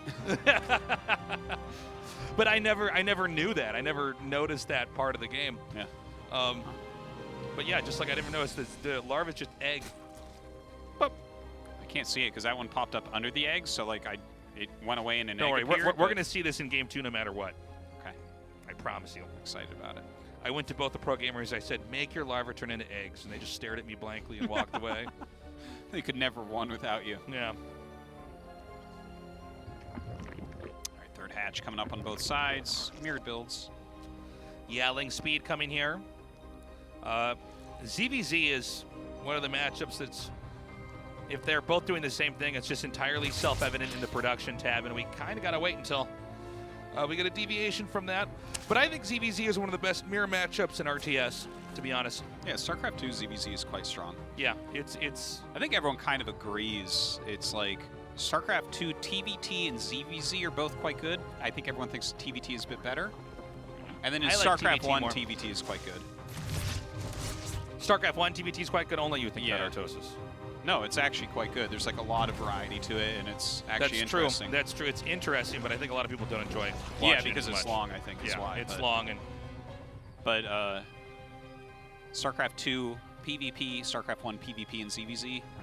Woo! If we could fix those matchups, Yeah, I think we would. It's tricky. Well, I think StarCraft 2 PvP has been interesting at times, but now it seems like there's without the Mothership Core no more, though. Not a lot of stability in the matchup. Yeah.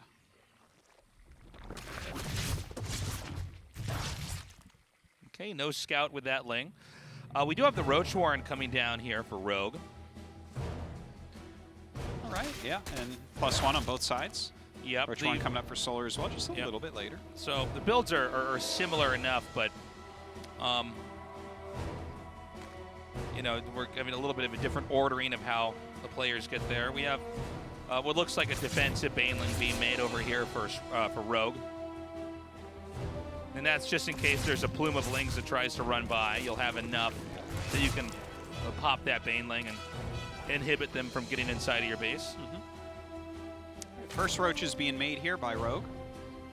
He actually just started another Roach Warren. It's kind of interesting. 10 Roaches now. Wait, okay, so Rogue, he started the layer as the Ling ran up and then canceled it. Why is he making another Roach Warren and 10 Roaches? Okay, so the first one wasn't scouted, so I think he wanted it to seem like good it call. was much later because he's very actually good doing call. a Roach all-in. Yeah. No, that's an excellent call. A heavy Roach attack. So he tried to telegraph that his Roaches were not even there yet because the building was coming. That's a brilliant move. Let's see how strong this is against Solar. He even canceled his +1. So he had everything looking like he was doing a certain thing, and now he's moving out. He's used all of his money on this. Ling Bane Roach attack incoming. Yep, he's coming up now.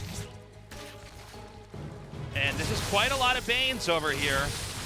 Yeah, I think he wants his Banes to stop the other Banes, because he does have a lot of Lings coming in, but good targeting there from Solar. I feel like Solar's going to hold this. A lot of Lings coming up. Look, if he can't target down the Banes, there's no way. All right, good targeting there. Does get rid of them. Gets his own Lings on top, but with these Spines moving up, is Solar going to be able to hold this? I don't know. I think he is. It's a weird spot because he's got 2 locations to defend. Okay, those Bane connects are literally as good as you could ever ask for. A lot more Lings are coming up. There's more Banes here to try to mute the Lings over here of Solar. Yeah, some more Banes connecting into some of these Roaches. Of course, they don't do that much damage. Still Roaches left alive. If he can get rid of the Roaches of Rogue, he should be all right here. No Queens were pulled with this, by the way. Yeah. I guess you need as many of those transfuses, or you need as much larva as possible. Yeah, for sure. All right, backs up towards that Spine in the natural. Still good defense from Solar. He's up 10 workers right now. He has that additional attack upgrade. Everything's looking really good for him, even getting Roach speed. This is a bad scenario for Rogue. Yeah. These are attacks that are not intended to slow your opponent down. They're intended to end the game. And so Solar, you know, probably feeling pretty comfortable now that he's held everything off. Yeah, well, this is, like, look, he's getting +2 in Roach speed and kind of getting his drones to exactly where he wants them, but the drones are slow and the tech is slow here for Rogue. So it's kind of hard to imagine. Basically, nothing bad can happen to Solar. He cannot die. No. And now he's actually droning up quite a bit and throwing down a Spire. So I think he might realize that Rogue is in this kind of weird position where basically he has to keep making Roaches because Solar could kill him otherwise, right? Because he just had his drones up quicker. But to go into the Spire, it seems really quite brilliant. Yeah, it's a smart move.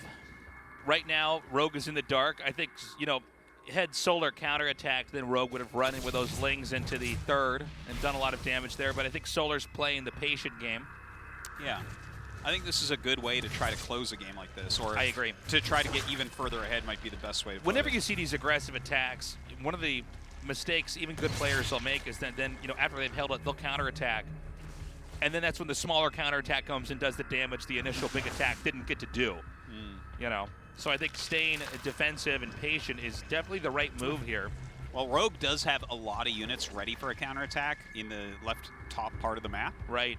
So very kind of cool move that he's waiting for, like some sort of massive move out, and for Solar to make some sort of mistake. But the thing is, the move out's actually going to be with Mutas first.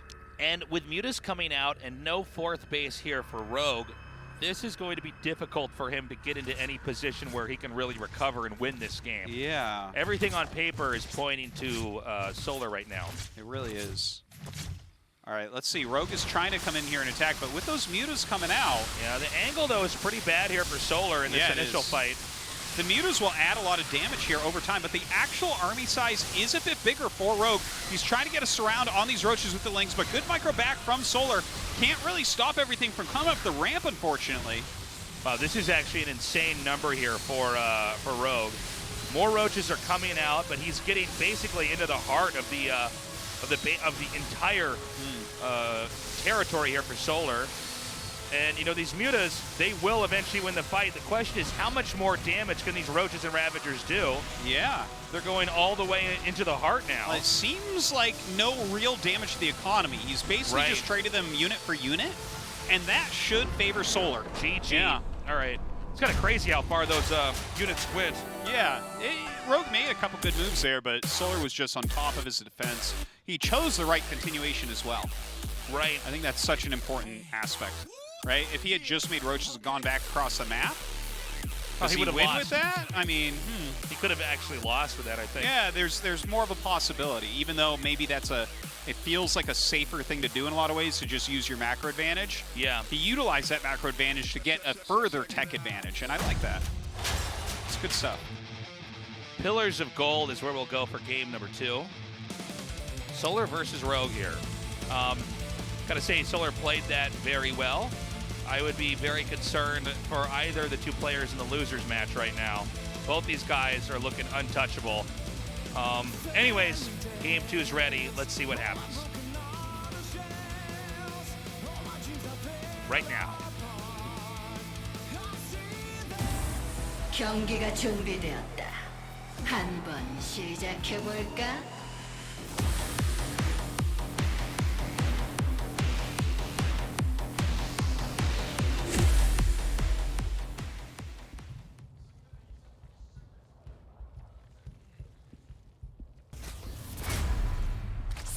Wait, watch. Watch him. Here, we'll get him on either shot here.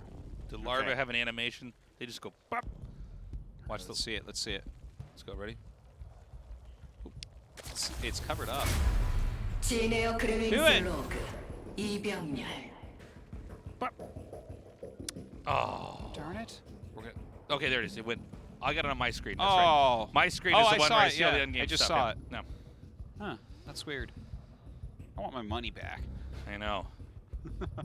Oh, Blizzard. So, this game. Again, mirror builds here. Interesting to see Rogue elected to do a pretty aggressive all-in, and his only follow-up, of course, was to just do another all-in, because he's pretty much erased all other avenues to bring the game to a victory. Well, he did it in a very tricky manner, but Solar wasn't too greedy there. He figured it out eventually. That was a strategy that was executed by Rogue that shows that he knows Solar is paying attention to everything and will react perfectly. Yeah. And so he's literally throwing out red herrings and being inefficient just because he knows he can probably +1, flip the game on his head. The late Roach Warren. These are all kind of important aspects.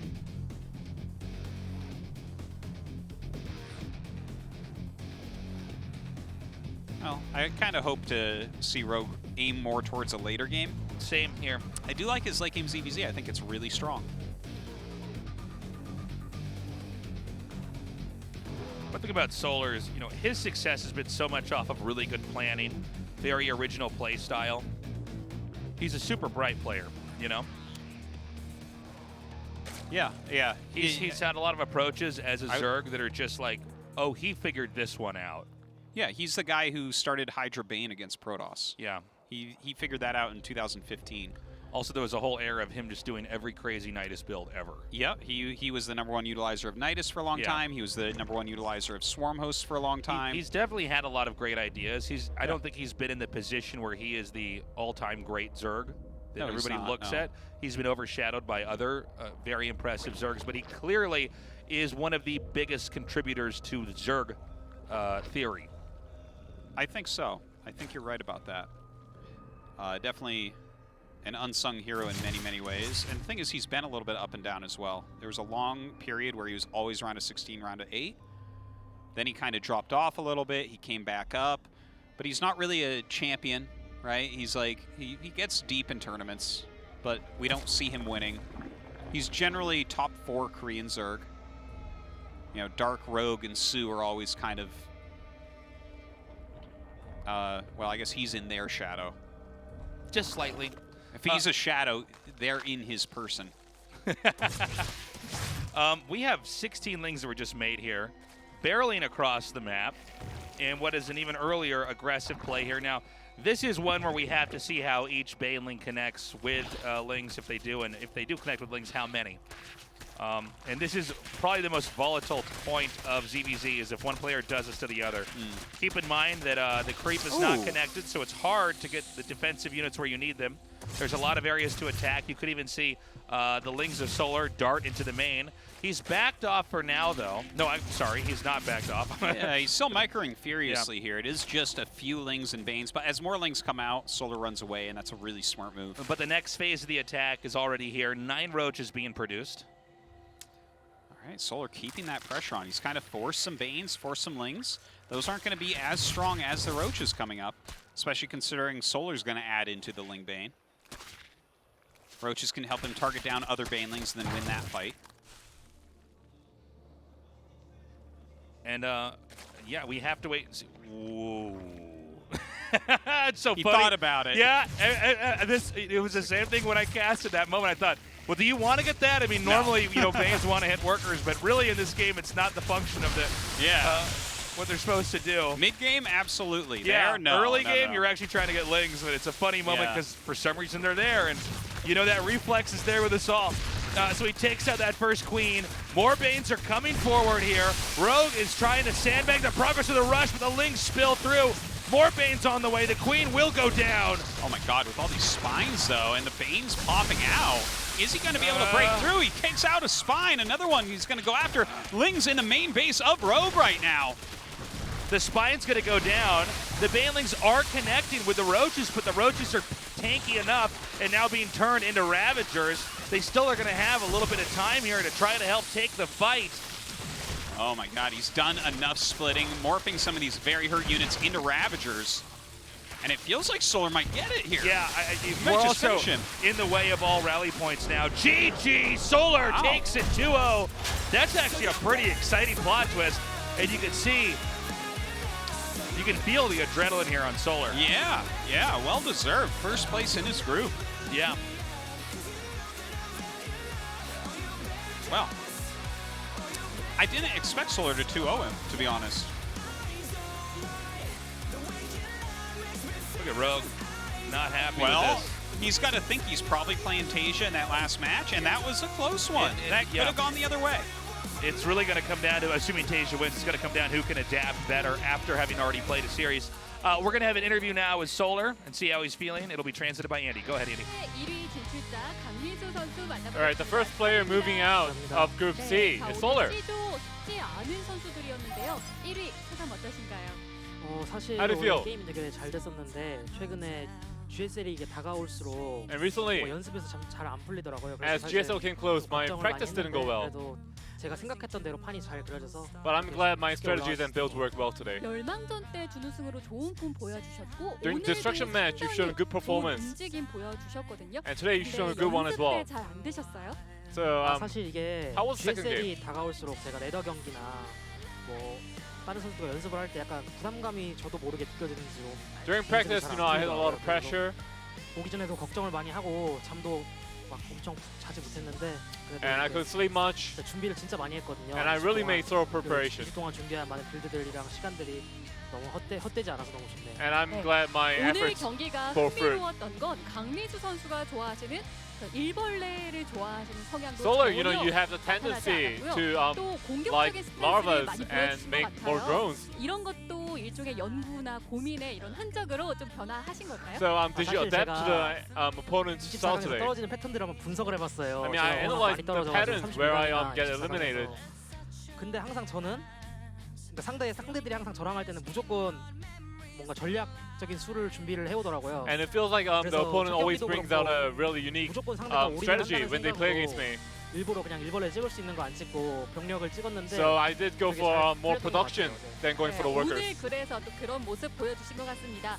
프로토스전은 밸런스 패치와 묶어서 질문을 Okay, I'm 드려볼게요. going to talk about the patch now. 프로토스의 보호막 충전소가 건설되기 전 타이밍을 날카롭게 잡아서 또 판단하시는 모습 보여주셨는데 이런 밸런스 패치에 대한 고민의 흔적도 느껴졌거든요. 밸런스 패치의 feels 영향을 like you're 많이 not 받고 계신지 too 그래서 또 satisfied with the 변화가 balance 있으신지 궁금합니다. So what are your thoughts? 사실 토스전은 그래도 확실히 여왕 사거리가 줄다 보니까 프로토스 Well, 선수들이 the 요즘 많이 ZVP. 우주관문류나 이렇게 새로운 전략들을 다시 시도하더라고요. I mean, the Poros are starting to go for the 새로운 Stargate 그 and 광자가 other builds. 그 배터리가 너무 사기 같아요. And the shield battery overcharges. 좀- I think it's too OP. 이게 마나가 75로 알고 있는, I believe 50으로 the 알고 있는데 mana 좀 cost 마나를 is 좀 like 많이 들여야 될 50. 것 같아요. So I think it's gonna 좀 have to 사기 be 같다 more than 이렇게 50. 얘기를 해주셨습니다.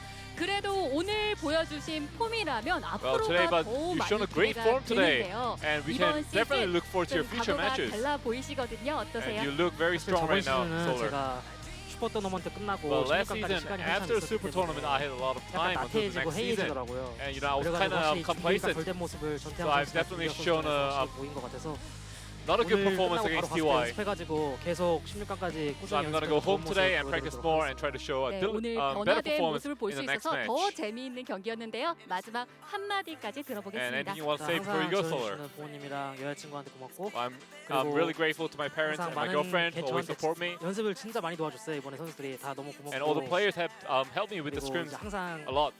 저한테 개념을 이렇게 제 저그 개념을 박아주시는 수호 형, 윤수 형, 진혁이 너무 고맙습니다. And all the 네, players 세 who helped me with the 분들에게 Zerg matchup. 고마움을 Thank you. 보여주셨습니다. 다시 한번 16강 진출 축하드립니다. Once again, congratulations, Solar. Thank you.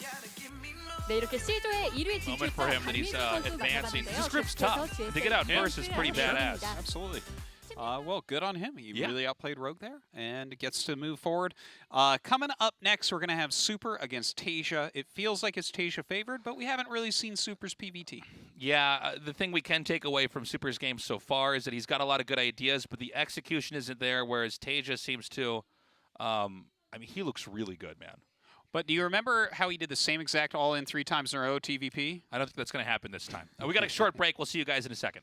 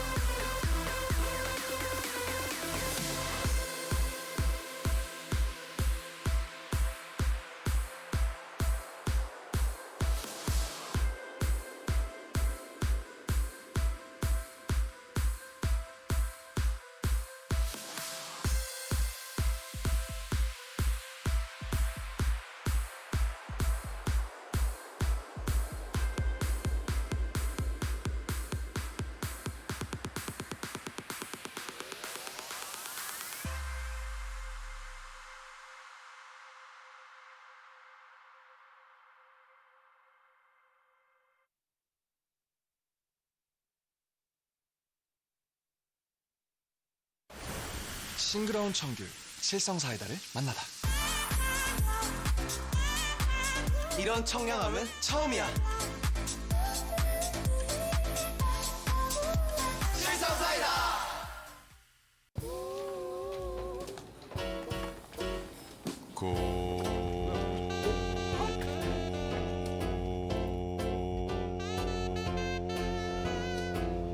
성능을 대용량 배터리로 언제 어디서나 더 오래 즐기다.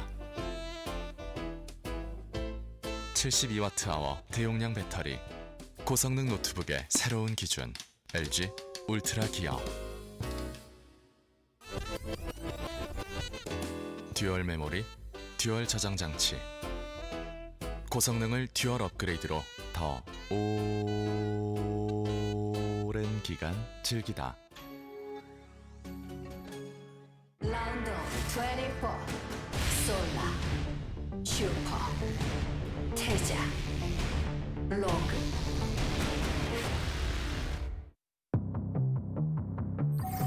아프리카 TV 프리급 스튜디오 라이브 2020 GSL 시즌 2 코드 S 더 커밍 스톰. Ooh, this music. Ooh, I dig it. TaeJa versus Super is just around the corner. Now, look, Super has been the black sheep in this group. Yeah. Okay. You know, Rogue, Solar, TaeJa, these guys have all been giants in different periods of StarCraft 2, and they're all kind of looking like giants right now. Super's good. He's always been around. I would put him at like C tier, though, for... Yeah, no, he's a guy that you don't know if he's going to make it in each season. Yeah, and when he does, we kind of expect him to be knocked out in the first round. Absolutely. So TaeJa is expected to win this. I think it's fair to say. We'll see, though. Super seem to have some good builds planned. Yeah. It's a very different matchup on both sides. Yes. So. Requires a lot of different skill sets. We're going to go to Eternal Empire for game number 1. TaeJa versus Super starts now. 경기가 준비되었다. 한번 시작해 볼까?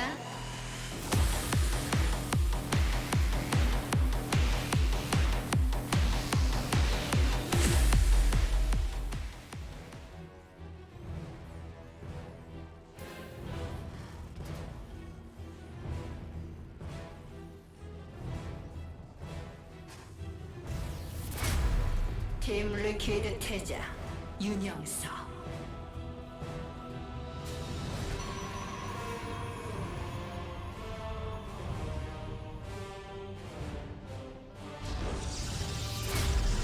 팀 GP 슈퍼 서성민.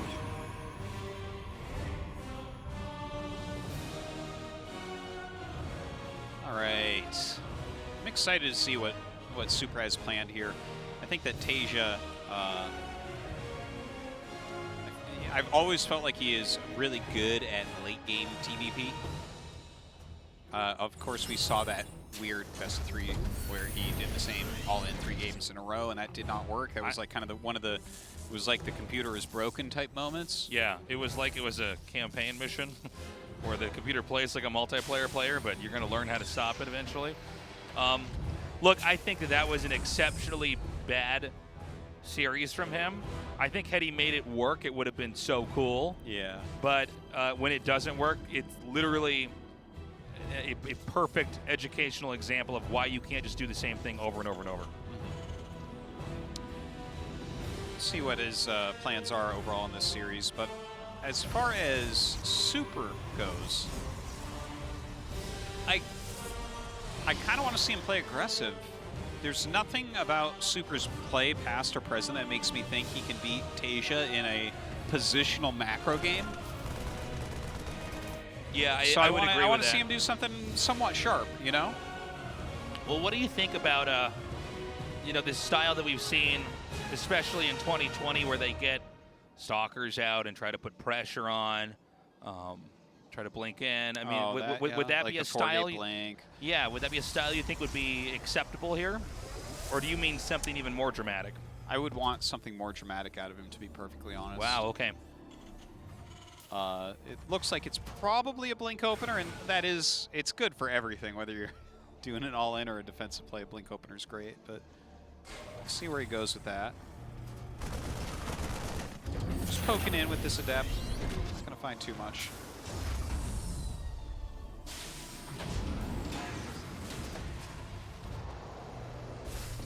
Looks like a Widow Mine drop will be coming up pretty soon here. Have to watch for the timing of that armory if it does come.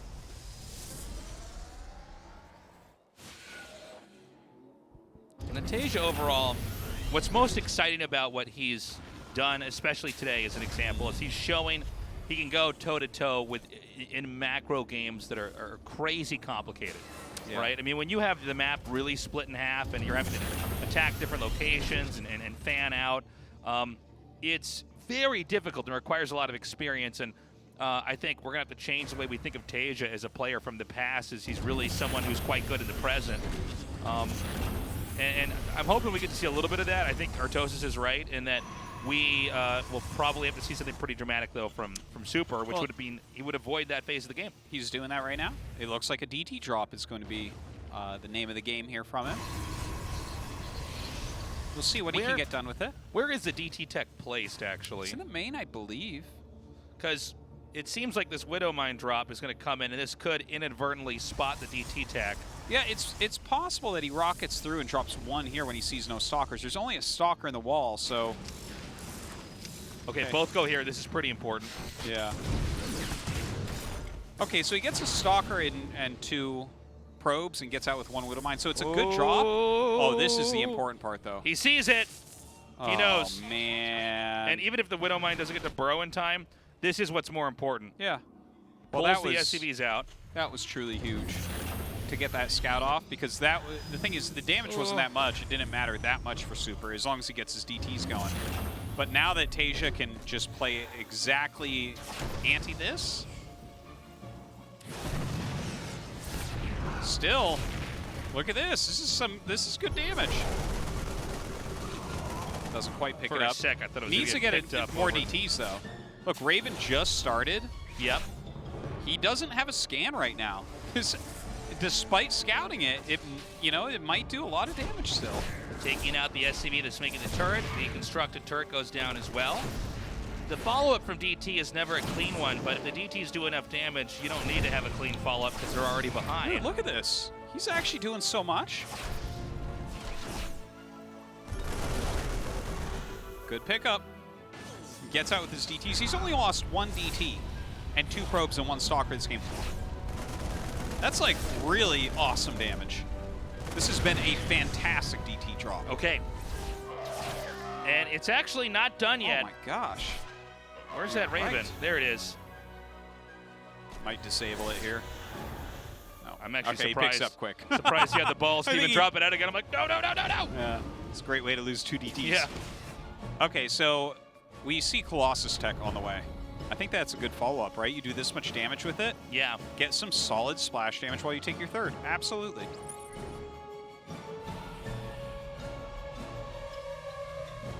Okay. Wow. This has been just such a nice opener for Super. I think this is a done. I think it's a done too. It's a done. That was me saying it's done, but with an Italian accent.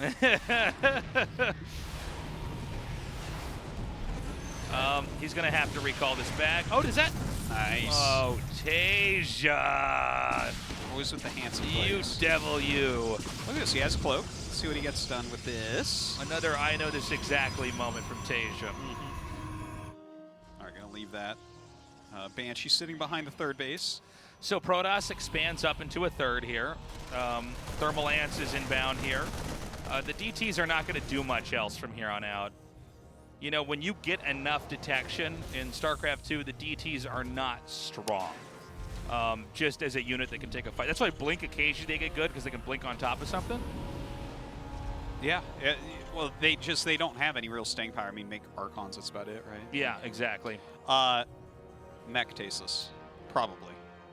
McDonald's. 2 more factories. McDonald's. That's right. what you have to say about that. That's my analysis. He took a lot of damage. So if you're going mech and you already took damage from a DT rush, I mean, you know, one thing that's a feature of mech is you don't get a lot of freedom to engage them early on. No, it seems like you would get to engage them even later on if you were going mech. I could see him, like, I could see this being even maybe reactive. Maybe he wanted to go mech the whole time, but he might look at this and say, God, I took so much damage that I'll just die to, like, a charged lot Archon attack, you know? But if you're going mech and you make walls, yeah, things can go wrong as Protoss trying to attack into that. Look at that. Triple tech lab. He's also getting Banshee speed. All right. All right. I'm down with what TaeJa's dealing up. Now, this seems like if he's going to get triple tech lab, it's going to be just a lot of tanks. He's still Banshee, like you were saying, Artosis, but this seems like it's going to be an even later possible push. This Oh is yeah, the no, he's latest not pushing. He's going to be playing single player for a while now. Yeah, for sure. You're definitely right about that. Does Protoss know about the mech, though? This is a thing that It's can not. happen, is you're on your side of the map, you're playing, you're in the game that you think might be, you know, against standard comp, and then when the armies engage, you go, oh, he's got that? Well, think about this, Tasteless. Like, you might have an early prism for your build, but eventually they keep it out of their base. Other than that, what do you have to scout? Yeah, observers are not going to get in there easily. In fact, Yeah. observers are being used defensively, and I think part of the rationale for Super even doing that is he already thinks he's ahead. He killed enough workers, but, you know, again, you face off against the wrong comp. Colossus is not really what you want against mech, generally. Well, that was a great pick off there. Yeah, seeing that many tanks, I think he's probably starting to realize what's going on. I'm a little bit surprised that CC was made out there. Is there no detection here? You might be able to actually hit that with the Banshees. You might be right. Well, there was a hold positioned observer somewhere.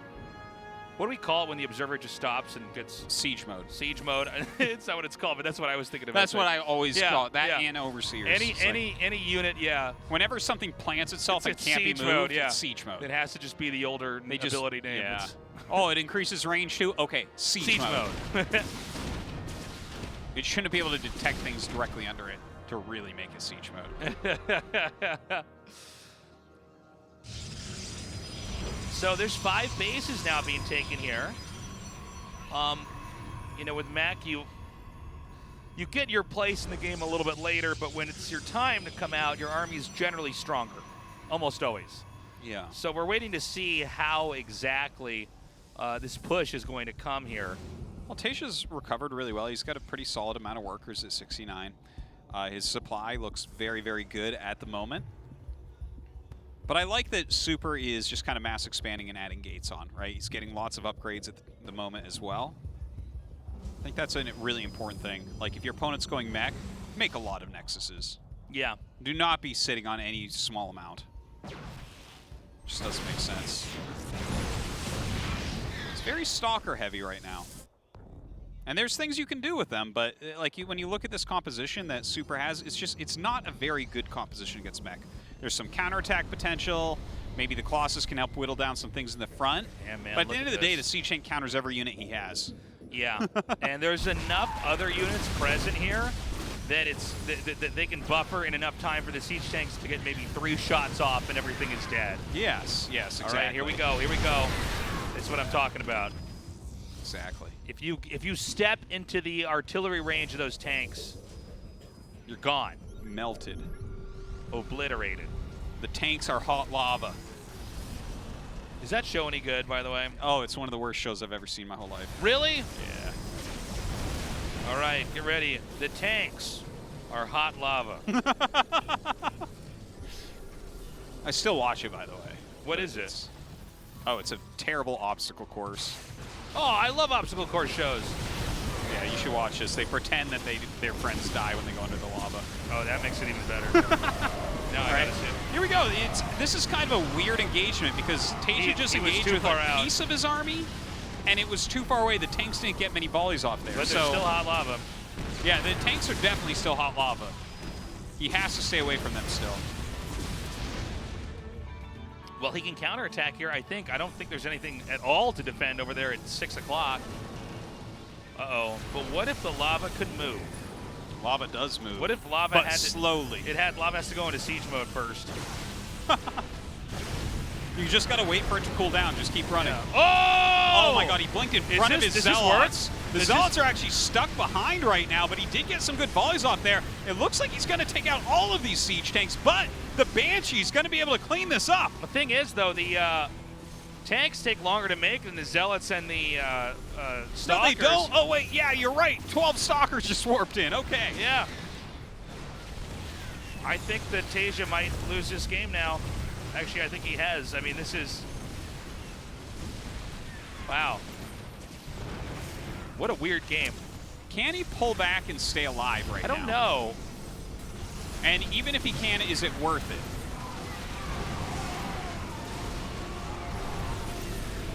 Feels like a big no. The amount of damage he's taken. GG. Well, you know what? This, like, I'm not sure.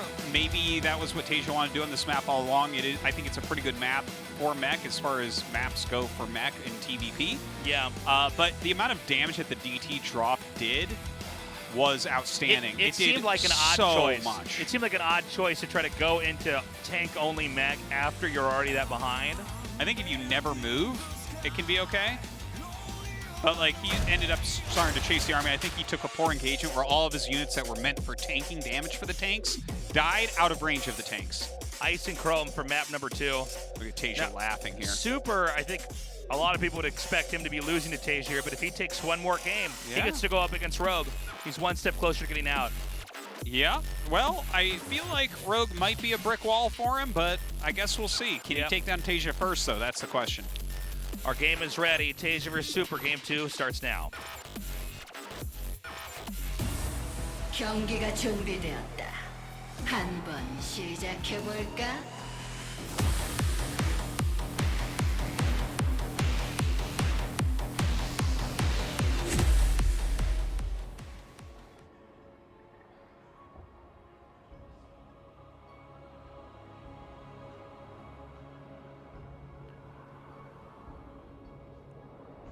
No ID call. Okay. So, I actually want to say we are going to have one of these proxy builds that for some reason I'm more worried for TaeJa in this situation than than I think I would be for most Terrans, just seeing how this backfired in the past. It did. Well, when he did it 3 times, right? It like worked once and then didn't work twice. Yeah. So that wasn't maybe the best, but you know, I think a lot of it has to do with how quickly the Protoss figures out what's going on. And this is a quick enough scout that he's going to get up there and be like, oh, okay, there's a barracks out there. There's 2 gases. And then the probe gets to check, does the factory get built here or out on the map? Yeah, and this is one of these builds, unlike a lot of other proxy builds where it's completely ambiguous what's happening, you can get a very good idea of what's going on here. So, yeah, this is bad right now for TaeJa, but let's see how Super decides to play. Well, Super goes for a Cybernetics core into the Nexus. So that's fine. You can do this against proxies. He sees the double gas, so I think that kind of makes him a bit more confident, I guess. He knows that it's going to be a factory follow-up. Now, this probe going back into check, and when he sees the factory there, I feel like you breathe a sigh of relief. If instead you go up and there's no factory right now, you're like, okay, now there's also a factory out there. This is going to be tight. Bunker up here in the main. Okay. This is a ladder game right now. I don't know what to say. We never see us just like. It's funny that the SCV refuses to come over to this side. Yeah, that's not one of our. Oh, he has it Toasters right-clicked SCVs. anyways. Yeah. All right, getting a probe. Yeah, I mean he's doing a little bit, I guess. Surprised by that bunker. But I guess it worked. He got a probe. Yeah. Pretty cool. Yeah, the probe is worth more than the bunker, I guess. Sure. The cancellation. Cancellation's not that much. 25 minerals for a 50 mineral probe. But, you know, we're stretching right now a little bit. This hasn't been extremely successful. But you're adding a little bit of chaos into this game. Super has to play it a little bit safe. He's not exactly sure what's happening. Twilight Council comes down now for Super. The Super's basically deflected all the attempts to get ahead early on here from TaeJa. And now we got to see what kind of game is TaeJa going to bring. I think it has to be a more ordinary game than we saw in Game 1. I don't think we're going to have mech again. Okay. Okay. Well, I guess we have to see how much damage he's going to take as well. We just saw the Twilight finish. Oh. Hey. Hey now, Tasteless. Yeah, this is suddenly enough. 4 probe kills, and he gets back out, not suffering that many losses. We're getting things done right now. All right, Blink is on the way. So a more standard game here.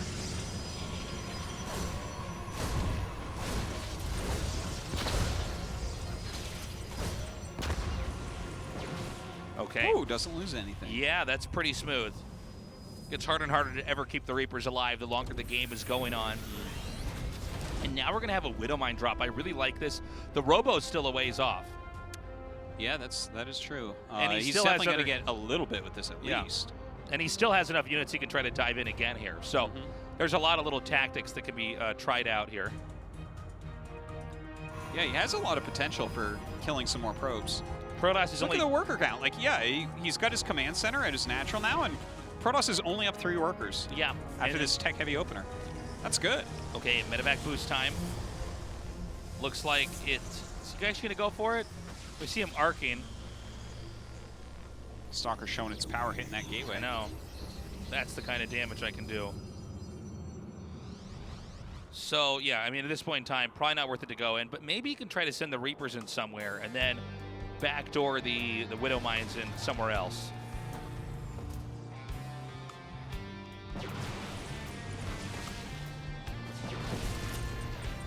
All right, now we're watching this, but I got my eyes on the mini-map. I'm trying to see if these, this medevac is going to fly in at any point in time. I think it's too obvious to fly it in right now. Yeah, it does seem like it's a pretty elementary tactic, right? Yeah. So nothing. Yeah, but, you know, it's not bad to lose those Reapers. They don't do almost anything. Yeah, at this point in the game, do they matter? It's funny how the Reaper works because it can be strong early on, but it rapidly becomes the most obsolete thing in the game. Okay, Observer coming in to check out what's what. Super appears to be going into a macro game, a Forge, and a 3rd Nexus. Yeah, I don't think there's any opportunity for him to do anything. He's kind of pinned right now with that medevac floating around. So smart to get that going. Get his upgrades, get those Colossi out.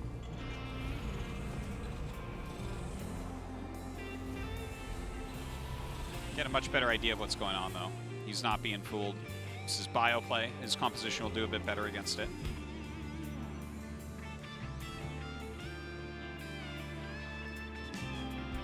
So, from here, it does appear that TaeJa is going to bring us to a game that I think he's going to look stronger in, just based off the play we've seen today. Getting bio, upgrading his infantry. Now, the question over here for Super is going to be, can he have cleaner engagements, right? I think a lot of, you know, his earlier games were just him not able to control anything that well and come out on top. He really had a hard time against Solar, but let's see how he does later on here. I also think that the TVP that we saw, I guess the game 1 that we saw here was one where like the unit comp was a little bit odd, and once TaeJa didn't handle it perfectly, you dive in on the tanks, and killing that many tanks is a death sentence. Yeah, you can't lose that many tanks. That's everything you've been building up through the whole game. Yeah, if you're going to lose that many tanks, you better kill 2 of his bases and his army with them. Yeah. that's about it. There's a funny, oh, it actually finishes. Yeah, just a little bit of poking. It's been a little bit of a pattern here where TaeJa likes to have his 3rd or 4th command center. Or in this case, his 3rd command center just in range of stalkers that can hit it. Not quite able to defend. And now we've got the beginnings of Terran moving out on the map here. 5 gates coming down for Protoss. Protoss continuing to get Colossi as Thermal Lance is close to finishing up as well. I don't think that TaeJa can attack with this at all. I think he has to play a very defensive game right now. No, I think you're completely correct. I think he's just getting started here. The buildup is going to continue on. Yeah. His early game didn't do like as much as he was hoping. Yeah. You know, maybe he can do like some light harassment or something, but definitely you can't be counting on moving out and getting any damage done. There's enough gates, there's charge, there's +1. Colossi. Yeah, and look at this. This is like pretty standard stuff on both sides, really. I feel like they're both playing solid. Fourth Nexus coming up right now. Continuing on upgrades. I'd like to see him throw down one more thing, though. Super. Like, throw down either a second Forge or more likely a Templar Archives. Yeah. So I think you don't want to stay on exactly what you have right here forever.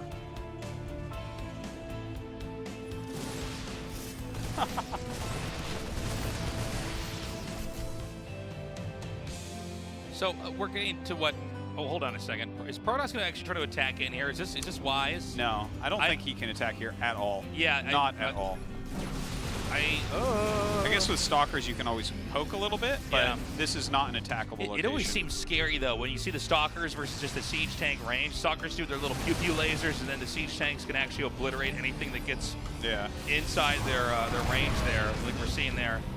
As he sees that tank volley, I mean, I think it's a really good play to stay on the very edge of TaeJa's range. One thing you can do with Siege Tanks specifically is if they all unsiege, you can run up and attack a little bit, and then as they siege up, you run back out. Yeah, get a little bit of damage, slow down the Terran as well. I mean, the Siege Tanks, if it didn't take time for them to siege up, they would be the most ridiculous thing ever. So the fact they have to have this animation to siege and unsiege is a big equalizer for, you know, because once you've gotten into that position, then you have the luxury of sieging up if they don't attack you in the midst of it.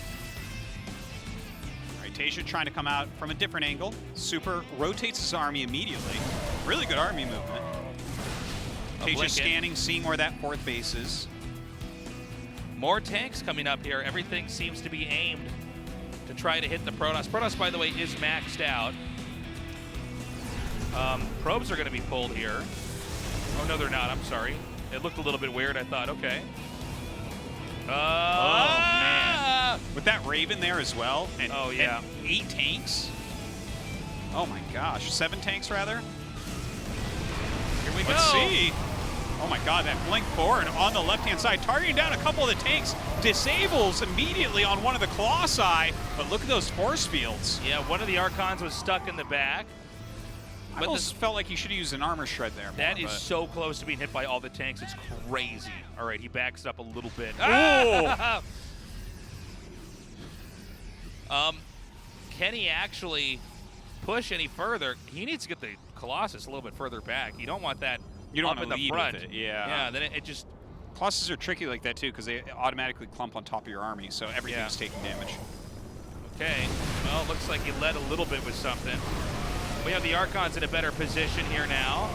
We see a dive in on top of these tanks up at the top.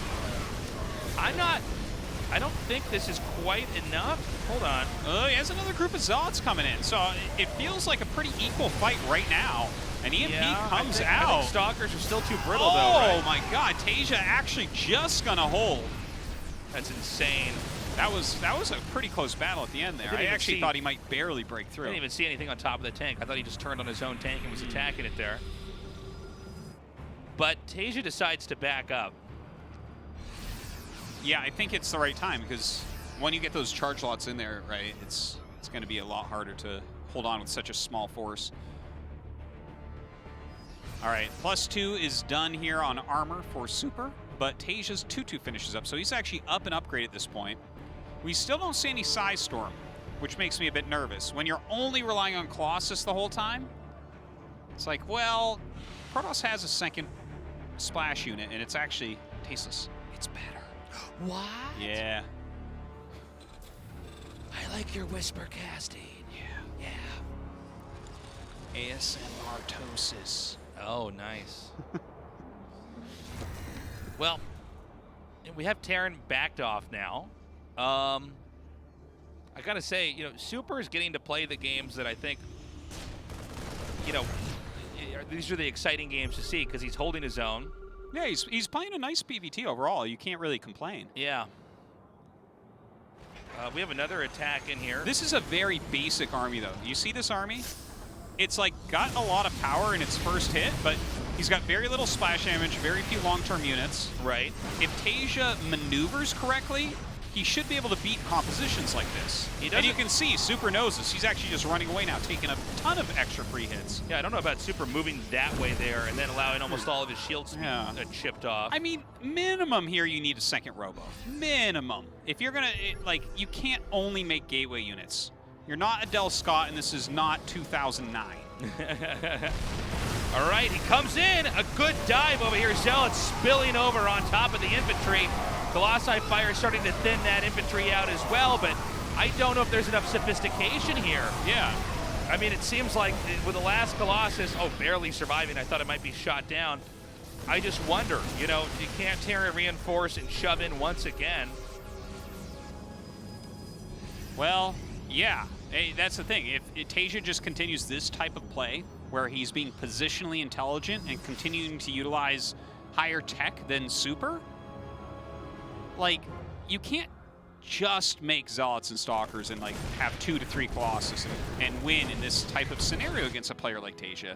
That is not something that should work, nor is it something that's going to work. Okay, Terran now moves into this area that's going to be very hard for Protoss to ever cover. So this Nexus, is canceled here. Pretty bold, actually, for Protoss to even try to dive in there.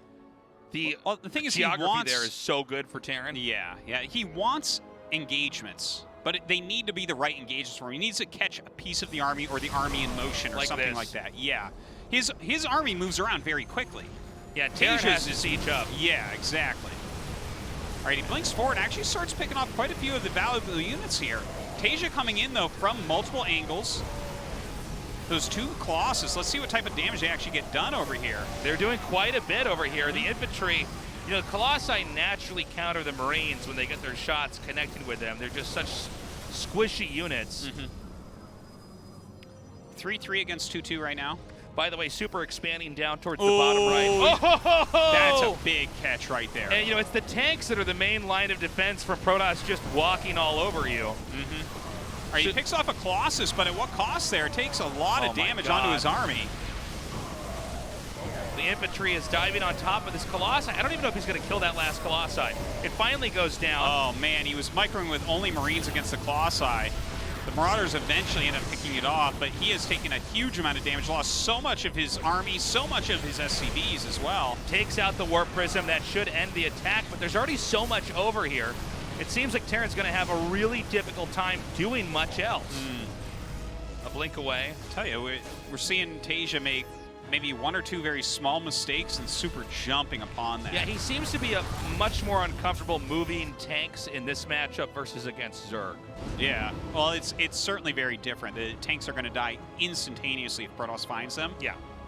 And that's what we just saw right there. He went back in. TaeJa was trying to bring his tanks into a better spot than where they were at. Yeah. Loses them, takes a bad engage.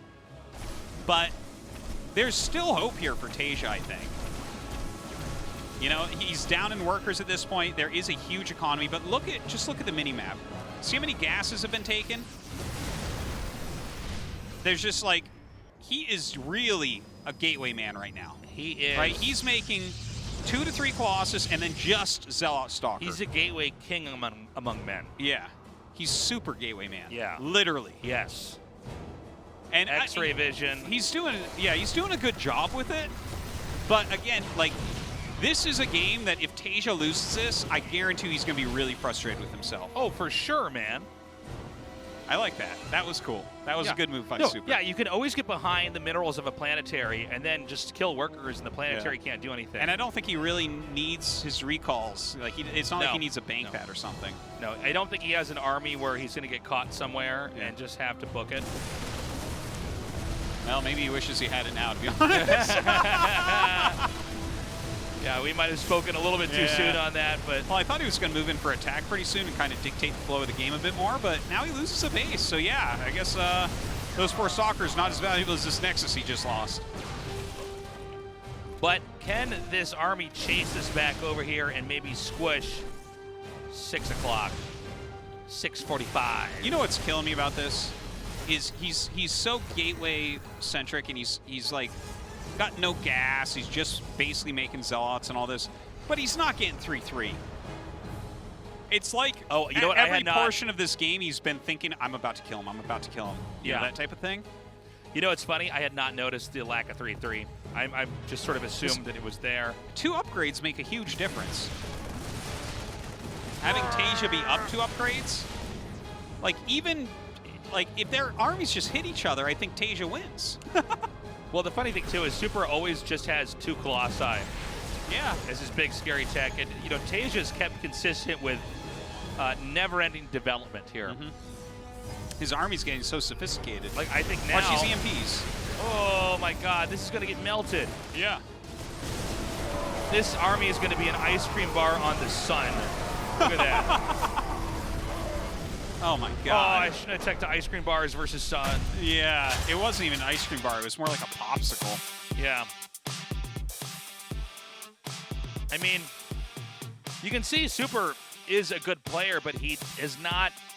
If he was an RPG character, he hasn't filled in all of his upgrade slots. He hasn't maxed out his stats. Yeah. TaeJa really can do everything, and even when he makes a mistake, he's like, that's fine, I know how to tech, and it goes. Yeah. And then we go to the tech tree for Super, and it's like, oh, he doesn't have the 3-3 tech He doesn't have unlocked. 3-3. He hasn't taken gases beyond his natural. Yeah. He's still just Like- making 2 Colossus in every fight with an overwhelmingly large Tier 1 army. Yeah. All right, Submarine going to be our 3rd map here in TaeJa against Super. Get your subaquatic vehicles ready. Yeah, but you don't need them for the map. We're going to Submarine. Get your periscopes out if you want to watch. Ready the torpedoes. Game 3 is on. TaeJa versus Super. The winner goes on to face off against Rogue. 경기가 준비되었다.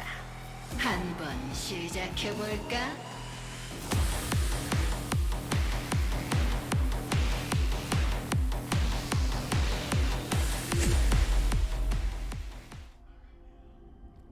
They need to water the grass on this map.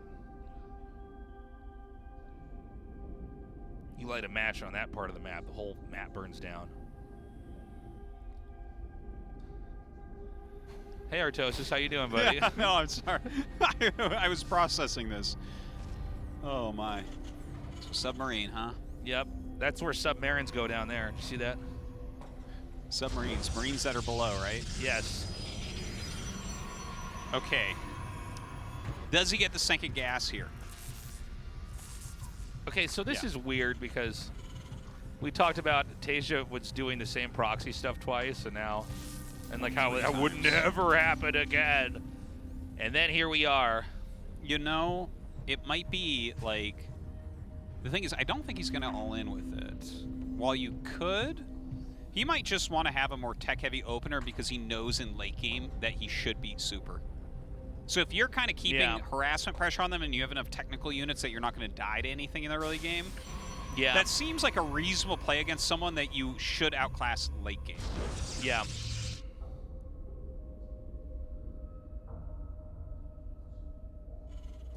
I'm going to be really bummed out if TaeJa loses this. Of course, it'll be exciting for Super, but... But not for the rest of us, right? Not for the rest of us, no. Well, the way that he went down against Solar, I can't imagine Rogue's going to be much difference. No, I think Rogue is going to be... Rogue is going to be one of those strong men that rips him in half, even though he's a phone book. Yeah. I like that. Oh, look at that. He actually hides his factory in the back of his base to make him think that it's more dedicated, because you normally do your wall with that. Oh, yeah. It's kind of cute. Ooh, one kill. Didn't even need to build a weird bunker this game. Oh, I thought he was going to get surrounded there. 2 kills. When you make a Zealot, when you know this is coming and you make a Zealot and you still lose 2 probes, it's not good. There's a second Reaper coming out now. Now, again, losing a few probes, it's pretty big for among things that can happen for these kind of builds, but it's not like we'll go back to this moment. Oh. Okay. TaeJa. It's not like we're going to go back to that moment and say, well, that's why he lost. Yeah. It's just, you know, whenever you see somebody get ahead and moments where oftentimes nothing happens, it's a little bit exciting. But, you know, StarCraft 2, you now start out with quite a bit of workers, so it's not as impactful as losing 1 or 2 workers was before. All right, Cyclone's going to pop out. He'll be able to chase this away and finish up.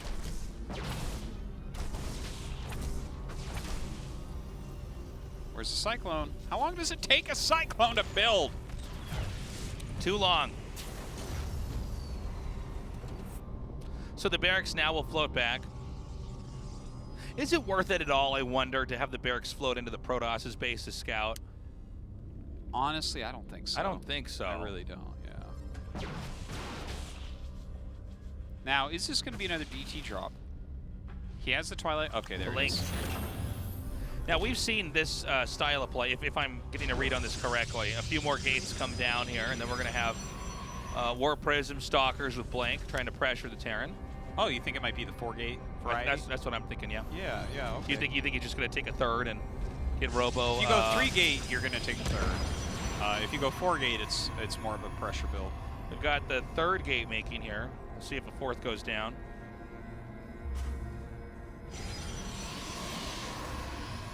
The 4-gate build was one that Parting made pretty popular. Yeah, Parting's so good with it. Yeah, well, he really has a very good read on what Terran can and can't do at any point in time in the early game. Yeah. And he has a really good read on what he can do, but not what he can't do. That's true. He doesn't. His only limit is no limit. Yeah. Parting's a very special player like that. Okay, so this is going to be a much more conservative build. You were right, Artosis. He's going to get his 3rd down here now. Looks pretty standard on both sides.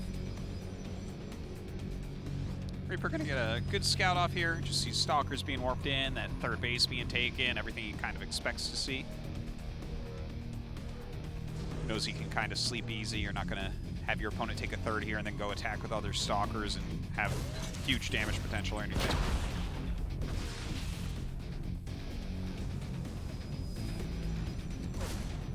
All right, so that Reaper's cleaned up here.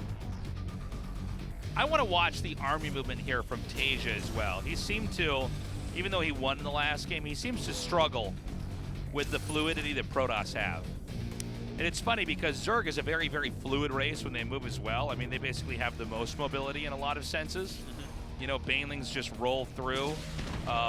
Even when you get Lurkers, you can get them to burrow very quickly and unburrow very quickly. But especially with his tanks, he seems to not know where to have them placed. It's kind of an interesting observation, I guess, in those 2 games. Oh, can't be argued with. Oh my God, he actually just blinks right up here. This was what it's supposed to look like when you do the 4-gate build. Well, he's killed some units, but he's lost like 5 Stalkers, so forcing a cancel, not too bad. How many Stalkers are actually killed back there? I believe he lost 5, but I could be off on that. Because he had 9 Stalkers originally. Wait, he did do a recall, though. Maybe that recall had brought some of them. Anyways, mech build here from TaeJa. McDonald's. Thank you, Tasteless. Yep, that's what I'm here for. Okay, not bad. Taking out those Banshees. Looks like 1 will get away. That will have Cloak depleted on it as well. Won't be used for a little while now.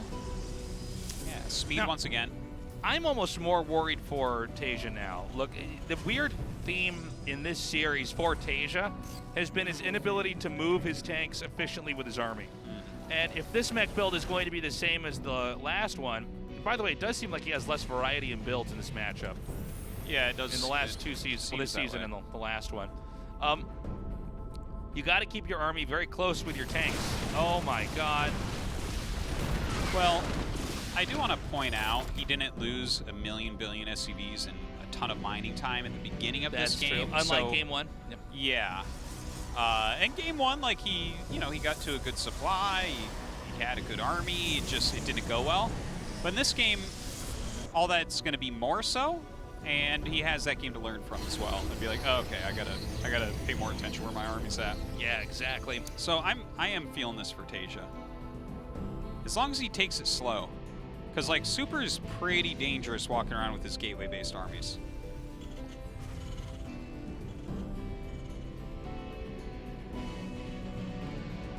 Stalker's headed back now. Again, I'm waiting for the big army movements. So far, Super just keeps killing tanks here and there. And, you know, it's funny, when you have games where players are just going for tanks, The easiest way to tell who's going to win is just, did the tanks kill a lot or were they picked off? Because tanks are these units, when they're not sieged up, you can actually snipe them and then run back out. And it's like you didn't get anything. Oh my god.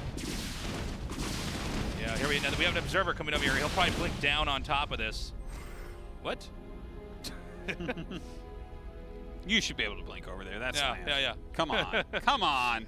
No, I didn't even realize where we were on the map. I looked down. I'm like, oh, yeah, okay. I thought we were a little bit further up. Imagine if that was real terrain. Yeah. Just drop siege tanks back there. Yeah, just roam them over there and start hitting the minerals. You have your Swarm Host Nidus pop up over there. The most completely unstoppable thing of all time.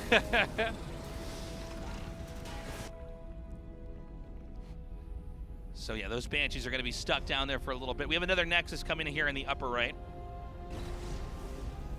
Again, a gateway man here for Protoss. What? He's only going up to 16 gates, TaeJa. Yeah. Ooh.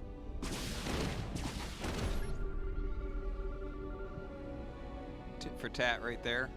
All right, so yeah, he's making a lot of Nexuses. Again, very, very, very low on gas, so he's going to try to overwhelm. But like we were talking about before, right? The key to this for TaeJa is taking it slow. If your opponent is playing a more Gateway Man style, make sure that you're maxed out and you're watching where their army is. You have to be in your position, you have to have huge supply, and then your better tech should pay off. Oh my god, that last tank. Okay, he does. Okay, take that off. So positionally, he can deny this base. This is an easy Yeah, he easy can't kill the command center or anything, but he can slow it down. But again, this stuff is not as bad for TaeJa as it looks right now. Like right now, this looks amazing for Super. I'm not saying it's bad for Super. He's probably the game is going for him. He feels like it's going all right. But if TaeJa takes it slow, his units scale better. Yeah. Are you gonna fight a maxed out mech army with, you know, the same army we saw last game? But let's just keep just in mind. Zealots and Stalkers for days? Yeah. It's funny, this is actually being played a lot like it's a StarCraft 1 PvT. Yeah, it looks very much like that. Which is really weird because we actually almost never have it look. Those matchups are actually totally different in both games. Yeah. But this time around, looks it's very like, much like all right, well, this actually looks exactly like this, where now, it's just a bunch of Tier 1 units. But as time passes, the army is going to be better for Terran. If Super spreads his army here and hits from two sides, he can beat this army. And in fact, he's going to kill this command. That command's how gone. funny. TaeJa's like, he's going a little bit too fast, and he's making mostly battle mech units as well. And Cyclones are not really that great against these Zealots. And so the Zealots, actually, a lot of them get stuck behind the Stalkers, but I think the math will still come out here looking pretty good for Protoss. I mean, this gets lower and lower. Yeah, man, TaeJa is not going to win this game. GG.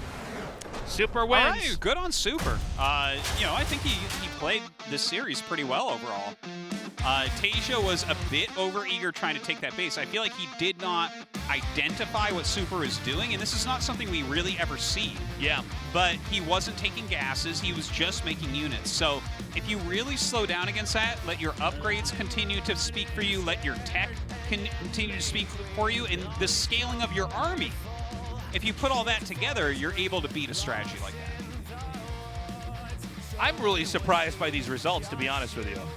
Yeah, no, I thought TaeJa had a chance to get out of the group. But I had kind of given up on Super after the first games, but he really redeemed himself. Now, there was some questionable movement from TaeJa.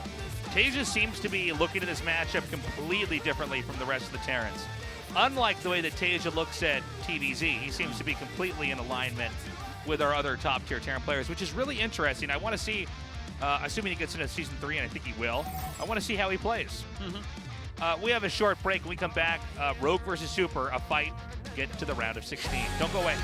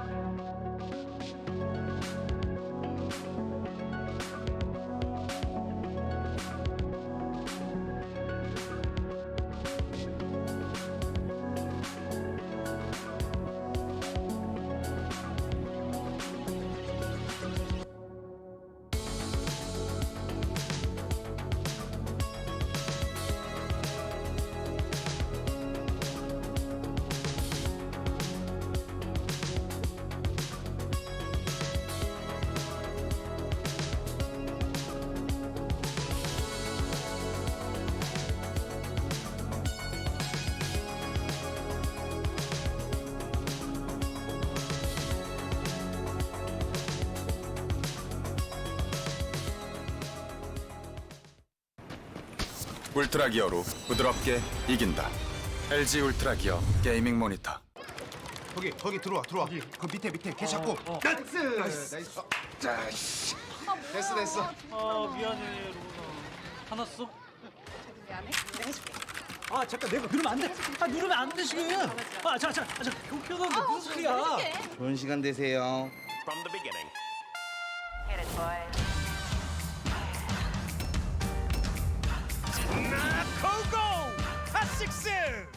너무 많이 마셨다.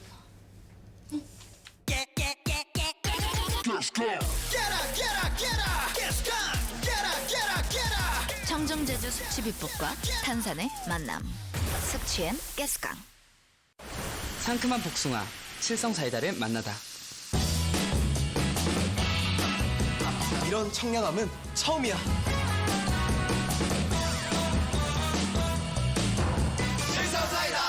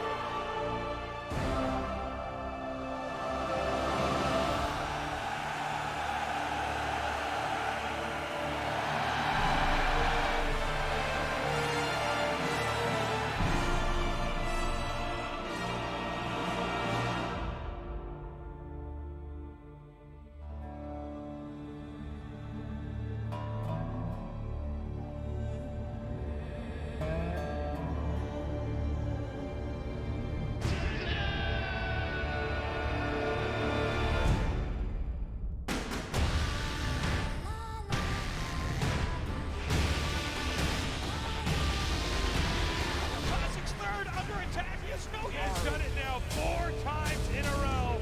He is your GSL Codes champion. He has done it!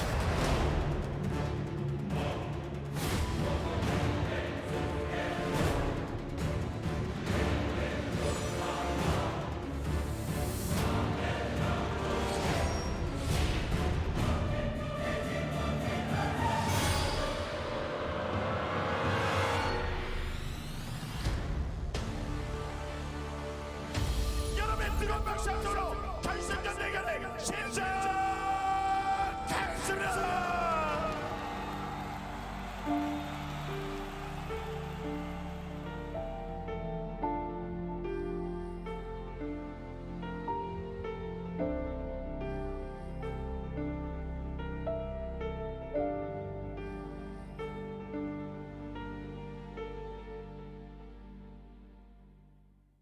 라운드 24 솔라 슈퍼 태자 로그 아프리카 TV 프리급 스튜디오 라이브 2020 GSL 시즌 2 코드 S The Coming Storm. Oh, we get some Beethoven here. Right. Super versus Rogue. Okay, so if you had asked me about this matchup before I had seen today's games, I would say Rogue is going to eat him. He is going to devour him. Now, Super's looking a little bit better. I think he has a shot. I think we can chalk up some of the PVZ we saw at the start of the day to nerves, to anxiety, to discomfort. Yeah. I've heard this from a lot of the people that have played in our studio that after a couple games, you know, you can't be anxious for that long, right? Eventually you can drain it from your system, just get into the zone.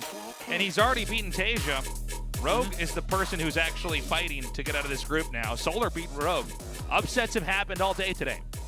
That is true. We'll see if Super can do it to Rogue. Based on that first series of the day, it doesn't feel that way, but maybe you're right. Maybe the nerves are gone and he can pull out some beautiful games. Ever dream for game one. Let's go. 경기가 준비되었다. 한번 시작해 볼까?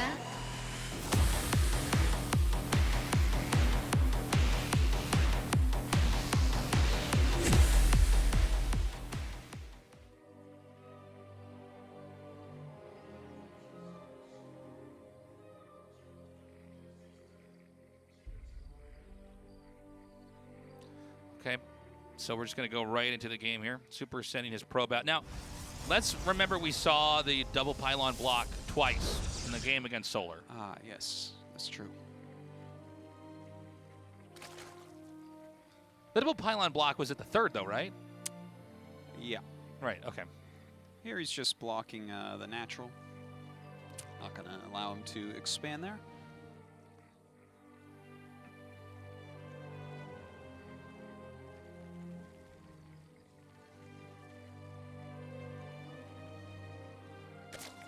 Very quiet early game. Yeah, not much happening here. I'm kind of surprised we didn't actually do the player intros, considering. Maybe because the probe was going across? Yeah, yeah. So, oh, it must be Russian. No. You don't send it that early, I don't. Yeah, I don't think so. I think you could probably send the pylon probe if you were going to cannon rush or something. So, what's next going up? Yeah, I'm, again, most interested in Super's execution, his builds. I mean, Rogue is a guy that we almost never see make major mistakes, right? And so he had a tough first season, right? Got knocked out, round of 24. And to be honest with you, I kind of chalk that up as a fluke. But then we're here. It was amazing builds brought by Scarlet No Regret. Yeah, for sure. So, yeah. He got out-strategized there. He is not a round of 24 player. He's a round of 4 player. He's a finals player. I do feel like at times the Koreans need to be a little bit better against No Regret and his crew. Just being like, okay, there's a high chance there's some kind of an all-in. Like a very high chance. I think there's a red flag when Jake comes to the studio. Yeah. No, I think yeah, I think that cheese involved. When Jake comes to the studio, we need like one of those air raid sirens playing. Like, you know, as all the Koreans need to get ready to stop Ling and Baneling all-ins. I think that Rogue and Solar had actually a pretty interesting ZVZ, but Solar got the upper hand in both games, and there you go. It didn't look like Rogue was bad at prepping. I thought he actually had a really cool idea with the second Roach Warren out in the open to make it look like it's the first Roach Warren, so that you know, his roaches really spring a surprise on the opponent. But then it was handled like completely easily. So.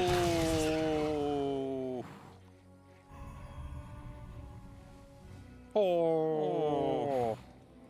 That's bad. But I don't think Rogues looked bad today, you know? Yeah, no, I would agree. All right, so a Glaives build coming out of Super. We'll see if it's a more moderate one or he's going to add a bunch of gates. Overlord coming in to get that scout off. Up to 4 gates at the moment. It's the most standard way. Huh. It's kind of funny. Yeah, this is definitely enough Lings that it's a problem. And then the Roach Warren comes down. There's 3 drones being made behind this, but he's already gone back into Lings. What do you think about this? Yeah, if you get over on top of this and you see that Glaives is on the way, you have to make more Lings because that first attack is going to be a little bit scary. I think that he'll probably poke with the Lings one more time as well. Yeah, I think why not? Well, there was only a Stalker there, right? And Warpgate wasn't done, so it's kind of like what's happening here? Yeah. And then you can force an Adept to be at home, too. And that's one less Adept you have to deal with. It's interesting when you see these buildings placed behind the minerals. At times, is this better or worse for Zerg, depending on where the Adepts are going to go? Sometimes those buildings can aid as a wall. Yeah. Other times, you can lock Adepts from getting into certain areas. It seems like this is something you need like a lot of experience that I don't have, but you know, to just kind of know the ins and outs of this. So of course, as always, the queens come into the front. There's actually a misclick. What am I seeing? Yeah. Whoa. Looks like you just right-clicked on the prism. And That's then literally what happened for sure. And then, you know, hold on though. These lings are going to come in here for a surround. That's a good surround. Oh no, Yeah. he's going to lose all No these. shade finishes. Well, this one does. Let's see how many drones he gets. Not a single shade finishes. Okay, never mind. Well, those 4 do, but not of the original close group. enough. Only 4 away from 0. And I think completely and totally the rug pulled out from under. Yeah. Super. This hasn't been good enough. Yeah, that hasn't been good enough. I stand by it. Does that get the Artosis signature of approval? For the defense. Yeah. Yeah. For the defense not being good. Here we go. Another attack in. Again, you know, when the adepts get killed off in mass that quickly, really hard to do anything. Okay? Ooh. Oh my god. More units picked off. Oh. This third, I don't think this is going to happen. It's so not going to happen. Well, he's going to back up, but okay. Maybe I've got a bad read on this, but I would imagine he might send more over there. Maybe not. I guess this is enough adepts, and of course, with the ability to warp in, you could always end up, if they do counterattack, just starting to deal the damage first. Protoss can cancel and remake. I wonder if we're just going to see a big attack come out of Rogue. He's making some roaches. Layer is about to finish. Could be. I mean, look, the adept count is not high. The adept threat is still real because of the warp prism, but it does seem like if he could just get in there and smash the third. We already saw Solar kind of do the same thing where he eventually had enough, he could pull the trigger, and it does, again, appear like Super really is not comfortable with skirmishes in PvZ. Yeah, he is being outdone with those a little bit, getting surrounded in weird places, not really winning battles. A lot of roaches being made, roach speed on the way. Yeah, I think there's going to be an attack. This is so similar to what Super's doing before. He has one Immortal Tasteless. He is once again Gateway Man. And if you're Gateway Man against Roach Man, that's not going to work. Gateway Man versus Roach Man? Yeah. He has one Immortal. That's my favorite comic book, by the way. Yeah? Yeah, Gateway Man versus Roach Man. Well, still better than Superman. Yeah, you're a real anti-Superman. I'm not a fan of Superman either, actually. It's just so dumb. It's just every superpower, invincible. It's so silly. Okay, so this is a... Dude, you're not stopping that with one Immortal. It's not going to occur. All right, he has 4 Adepts over here.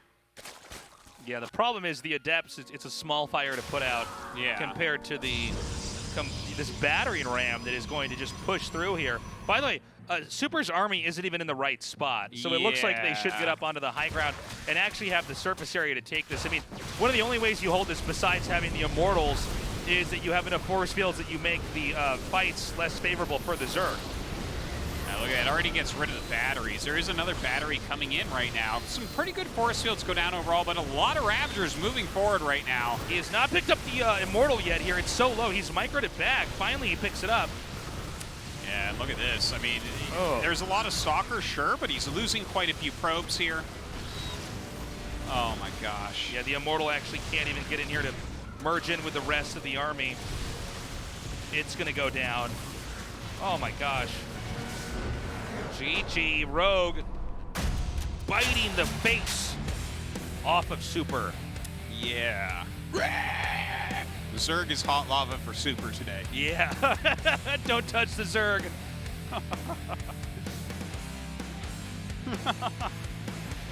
All right. Well, it was kind of one-sided, unfortunately, for Super. He got his initial Adept surrounded.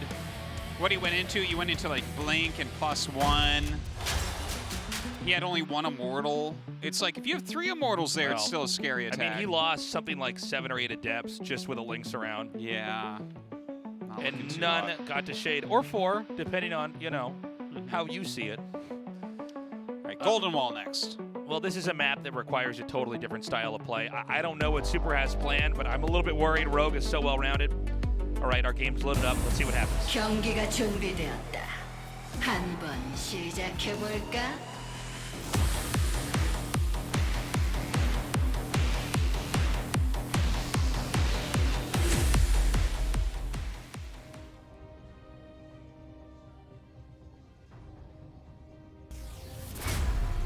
팀 GP 슈퍼 서성민.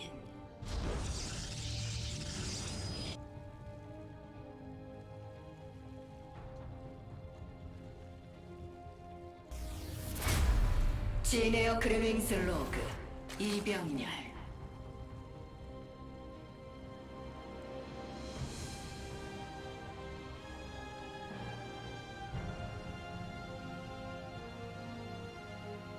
All right. It's just a regular expansion coming right out. It's like a scoutless expo here. Gas first from Super.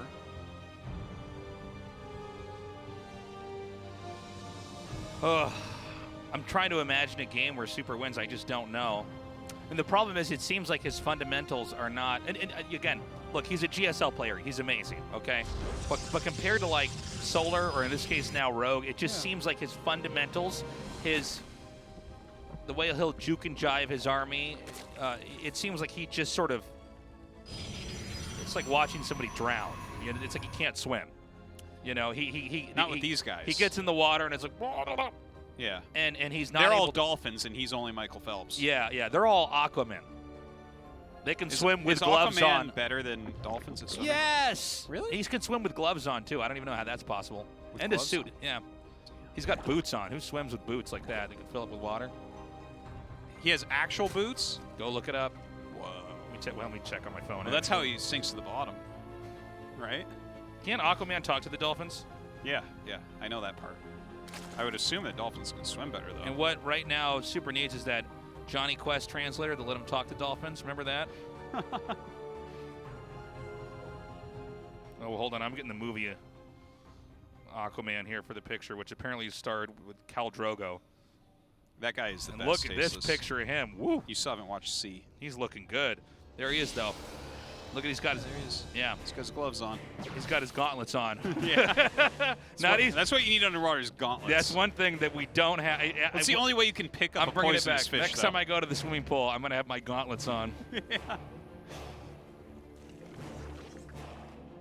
So, you know, it's always the case in this map that we have the upper platform and the bottom platform. It looks like for now we're going to have mostly an upper platform focused game, but we'll see. We also are, at least for me, I'm wondering when is the Zerg going to take that gold base, and how are they going to use that? Usually on maps where there's a gold base, the Zerg gets to take advantage of it first. Yeah, and it's generally just better for Zerg overall. Right. I think this map is an attempt to make gold bases where they're really hard to hold, which I think is smart. I think this is. I actually really like this map. I really welcome maps like cool this. Map. I think it's really cool because you can get behind the minerals and attack them, and there's a lot going on here.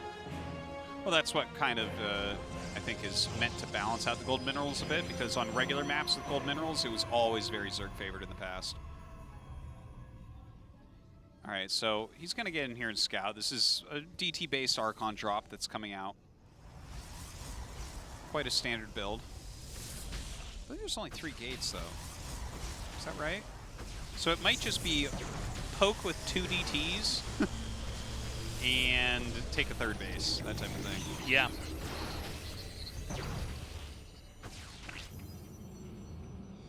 He's like DTs today. Isn't that interesting? DT Blink? Blink. Oh my god. Ooh, we're going to go out with a bang one way or the other. That's cool. I like it. So maybe some DT harass, and he's going to be like, oh, look, I'm running away. I'm going to make Archons. And then he's like, blink. Yeah. You know, the only thing I can think of... Oh no. He never even Aside got to from see how what disappointing that was, Yeah. the only thing I can think of is what Classic did at BlizzCon, right? Yeah. If you're getting DT Blink this early, like, I guess he could use it only for harassment. I don't think he is. But if he is, it feels like it needs to be like a crazy harassment for that type of thing. If he is going to use it to harass, I think he's going to screw it up because he's made a lot of mistakes with the depths already. Oof. And I think, you know, Blink is good, but I think it's still hard to get DTs away from Speedlings and everything else, you know? So maybe he wants to blink up from the low ground while he's blinking on the other side, on the northern side. Yeah, I don't know. I do not know that there's a comfortable transition from this, but I also want to point out the fact that he still has DTs running around is a little bit suspicious, right? Usually you try to attack and then you immediately arc on him, right? So the fact that he showed 3 and an Overlord was in his base, I think he realizes, or Rogue realizes that there's 3 gates. Wait, is there detection in the main? I wasn't paying attention. Yeah, there's a spore, but that spore doesn't actually stop 9 DTs. Uh-oh. You know, it does, though. Look at me, I'm going to warp DTs in over here. Yeah, this is very tricky. Server comes up. Not. Oh. All right, he's going to kill all the queens in a matter of seconds. He needs to get this, I guess just blink out is probably your best play. Or you could lose them all. Hey, that's an option. All right, so 3 get out. So he lost 6 DTs to kill like 4 queens. Which is not cost efficient. Look at this Spore run from the DTs. Spore is as afraid of them as the drones are. Hey, all right. I concur, all right. So, I feel like we're seeing the beginning of the end of this strategy. It's not. He's lost an additional 750 gas. Yeah, this is not cost efficient at all. You know, even though DTs, I think sometimes you can look at them and they seem on par with Stalkers or Zealots. They cost way more. Yeah, that's a very good point. Yeah. I like that he's trying something very different because I don't think you can bring regular play and beat Rogue here as him. Yeah. But hey, he's getting some drones here. He does have to cancel off that base. Okay, 10 drones. Yeah, not too bad. Ugh. And then there's this moment where you realize Stalkers don't have Blink right now. They're having to crash into each other just to get away. Yeah. Oh! But hold on, these DTs. There might be enough. You could kill that Spore. Or you could just kill everything while it watches him. Yeah, DTs are funny in that if you just have enough, they can take fights. Most of the time when they're spotted, they die, but if you have enough, but they have so little. The problem is that there's actually 62 drones right now for Rogue, so it's like... Yeah, it's quite a few. Mutas are actually on the way. It's a pure Stalker army behind this. 3rd base at the gold. I think it's actually, the Mutas are somewhat there to try to take out the War Prism, and he just wants Ling, Muta, maybe Bane. Is it possible for him to make a couple Archons and go? There's not that many roaches. I guess you're right. There's not that many. It's a weird game because I don't think this is something Rogue practices against a lot, especially on this match. Yeah, no, not this. No one's ever done this. This is like totally weird. But yeah, I think you also, with this many Stalkers out, it's like, well, can you actually fight with Mutas? I don't know. All right, Muta's going to be able to fly in and get some decent damage done, it looks like. There's no Prism out on the map, right? He lost that Prism. Okay, here comes the big attack. This is Super's one chance in this game. Okay, he's going to shut down these gates. So that's 3 unpowered. Ouch.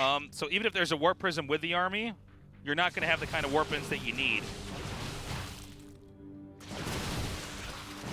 Now, I don't think that this Rogue is going to be as concerned with trying to win the fight as trying to stall the game out. Now, the 3 DTs come forward. I don't know that Super's going to micro these, and they all go down. Yeah, a bit painful there. Blinks everything together away. Not really getting the engagements that he needs here.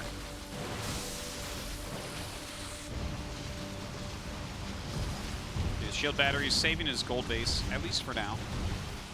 His army supply is almost half of what Rogue's is. And it's only Stalkers. Yeah, and Stalkers are not going to cut it here. And these are, well, I mean, I think, yeah, we're seeing the beginnings of the end here. This is just too much damage. Almost losing the War Prism there to Biles.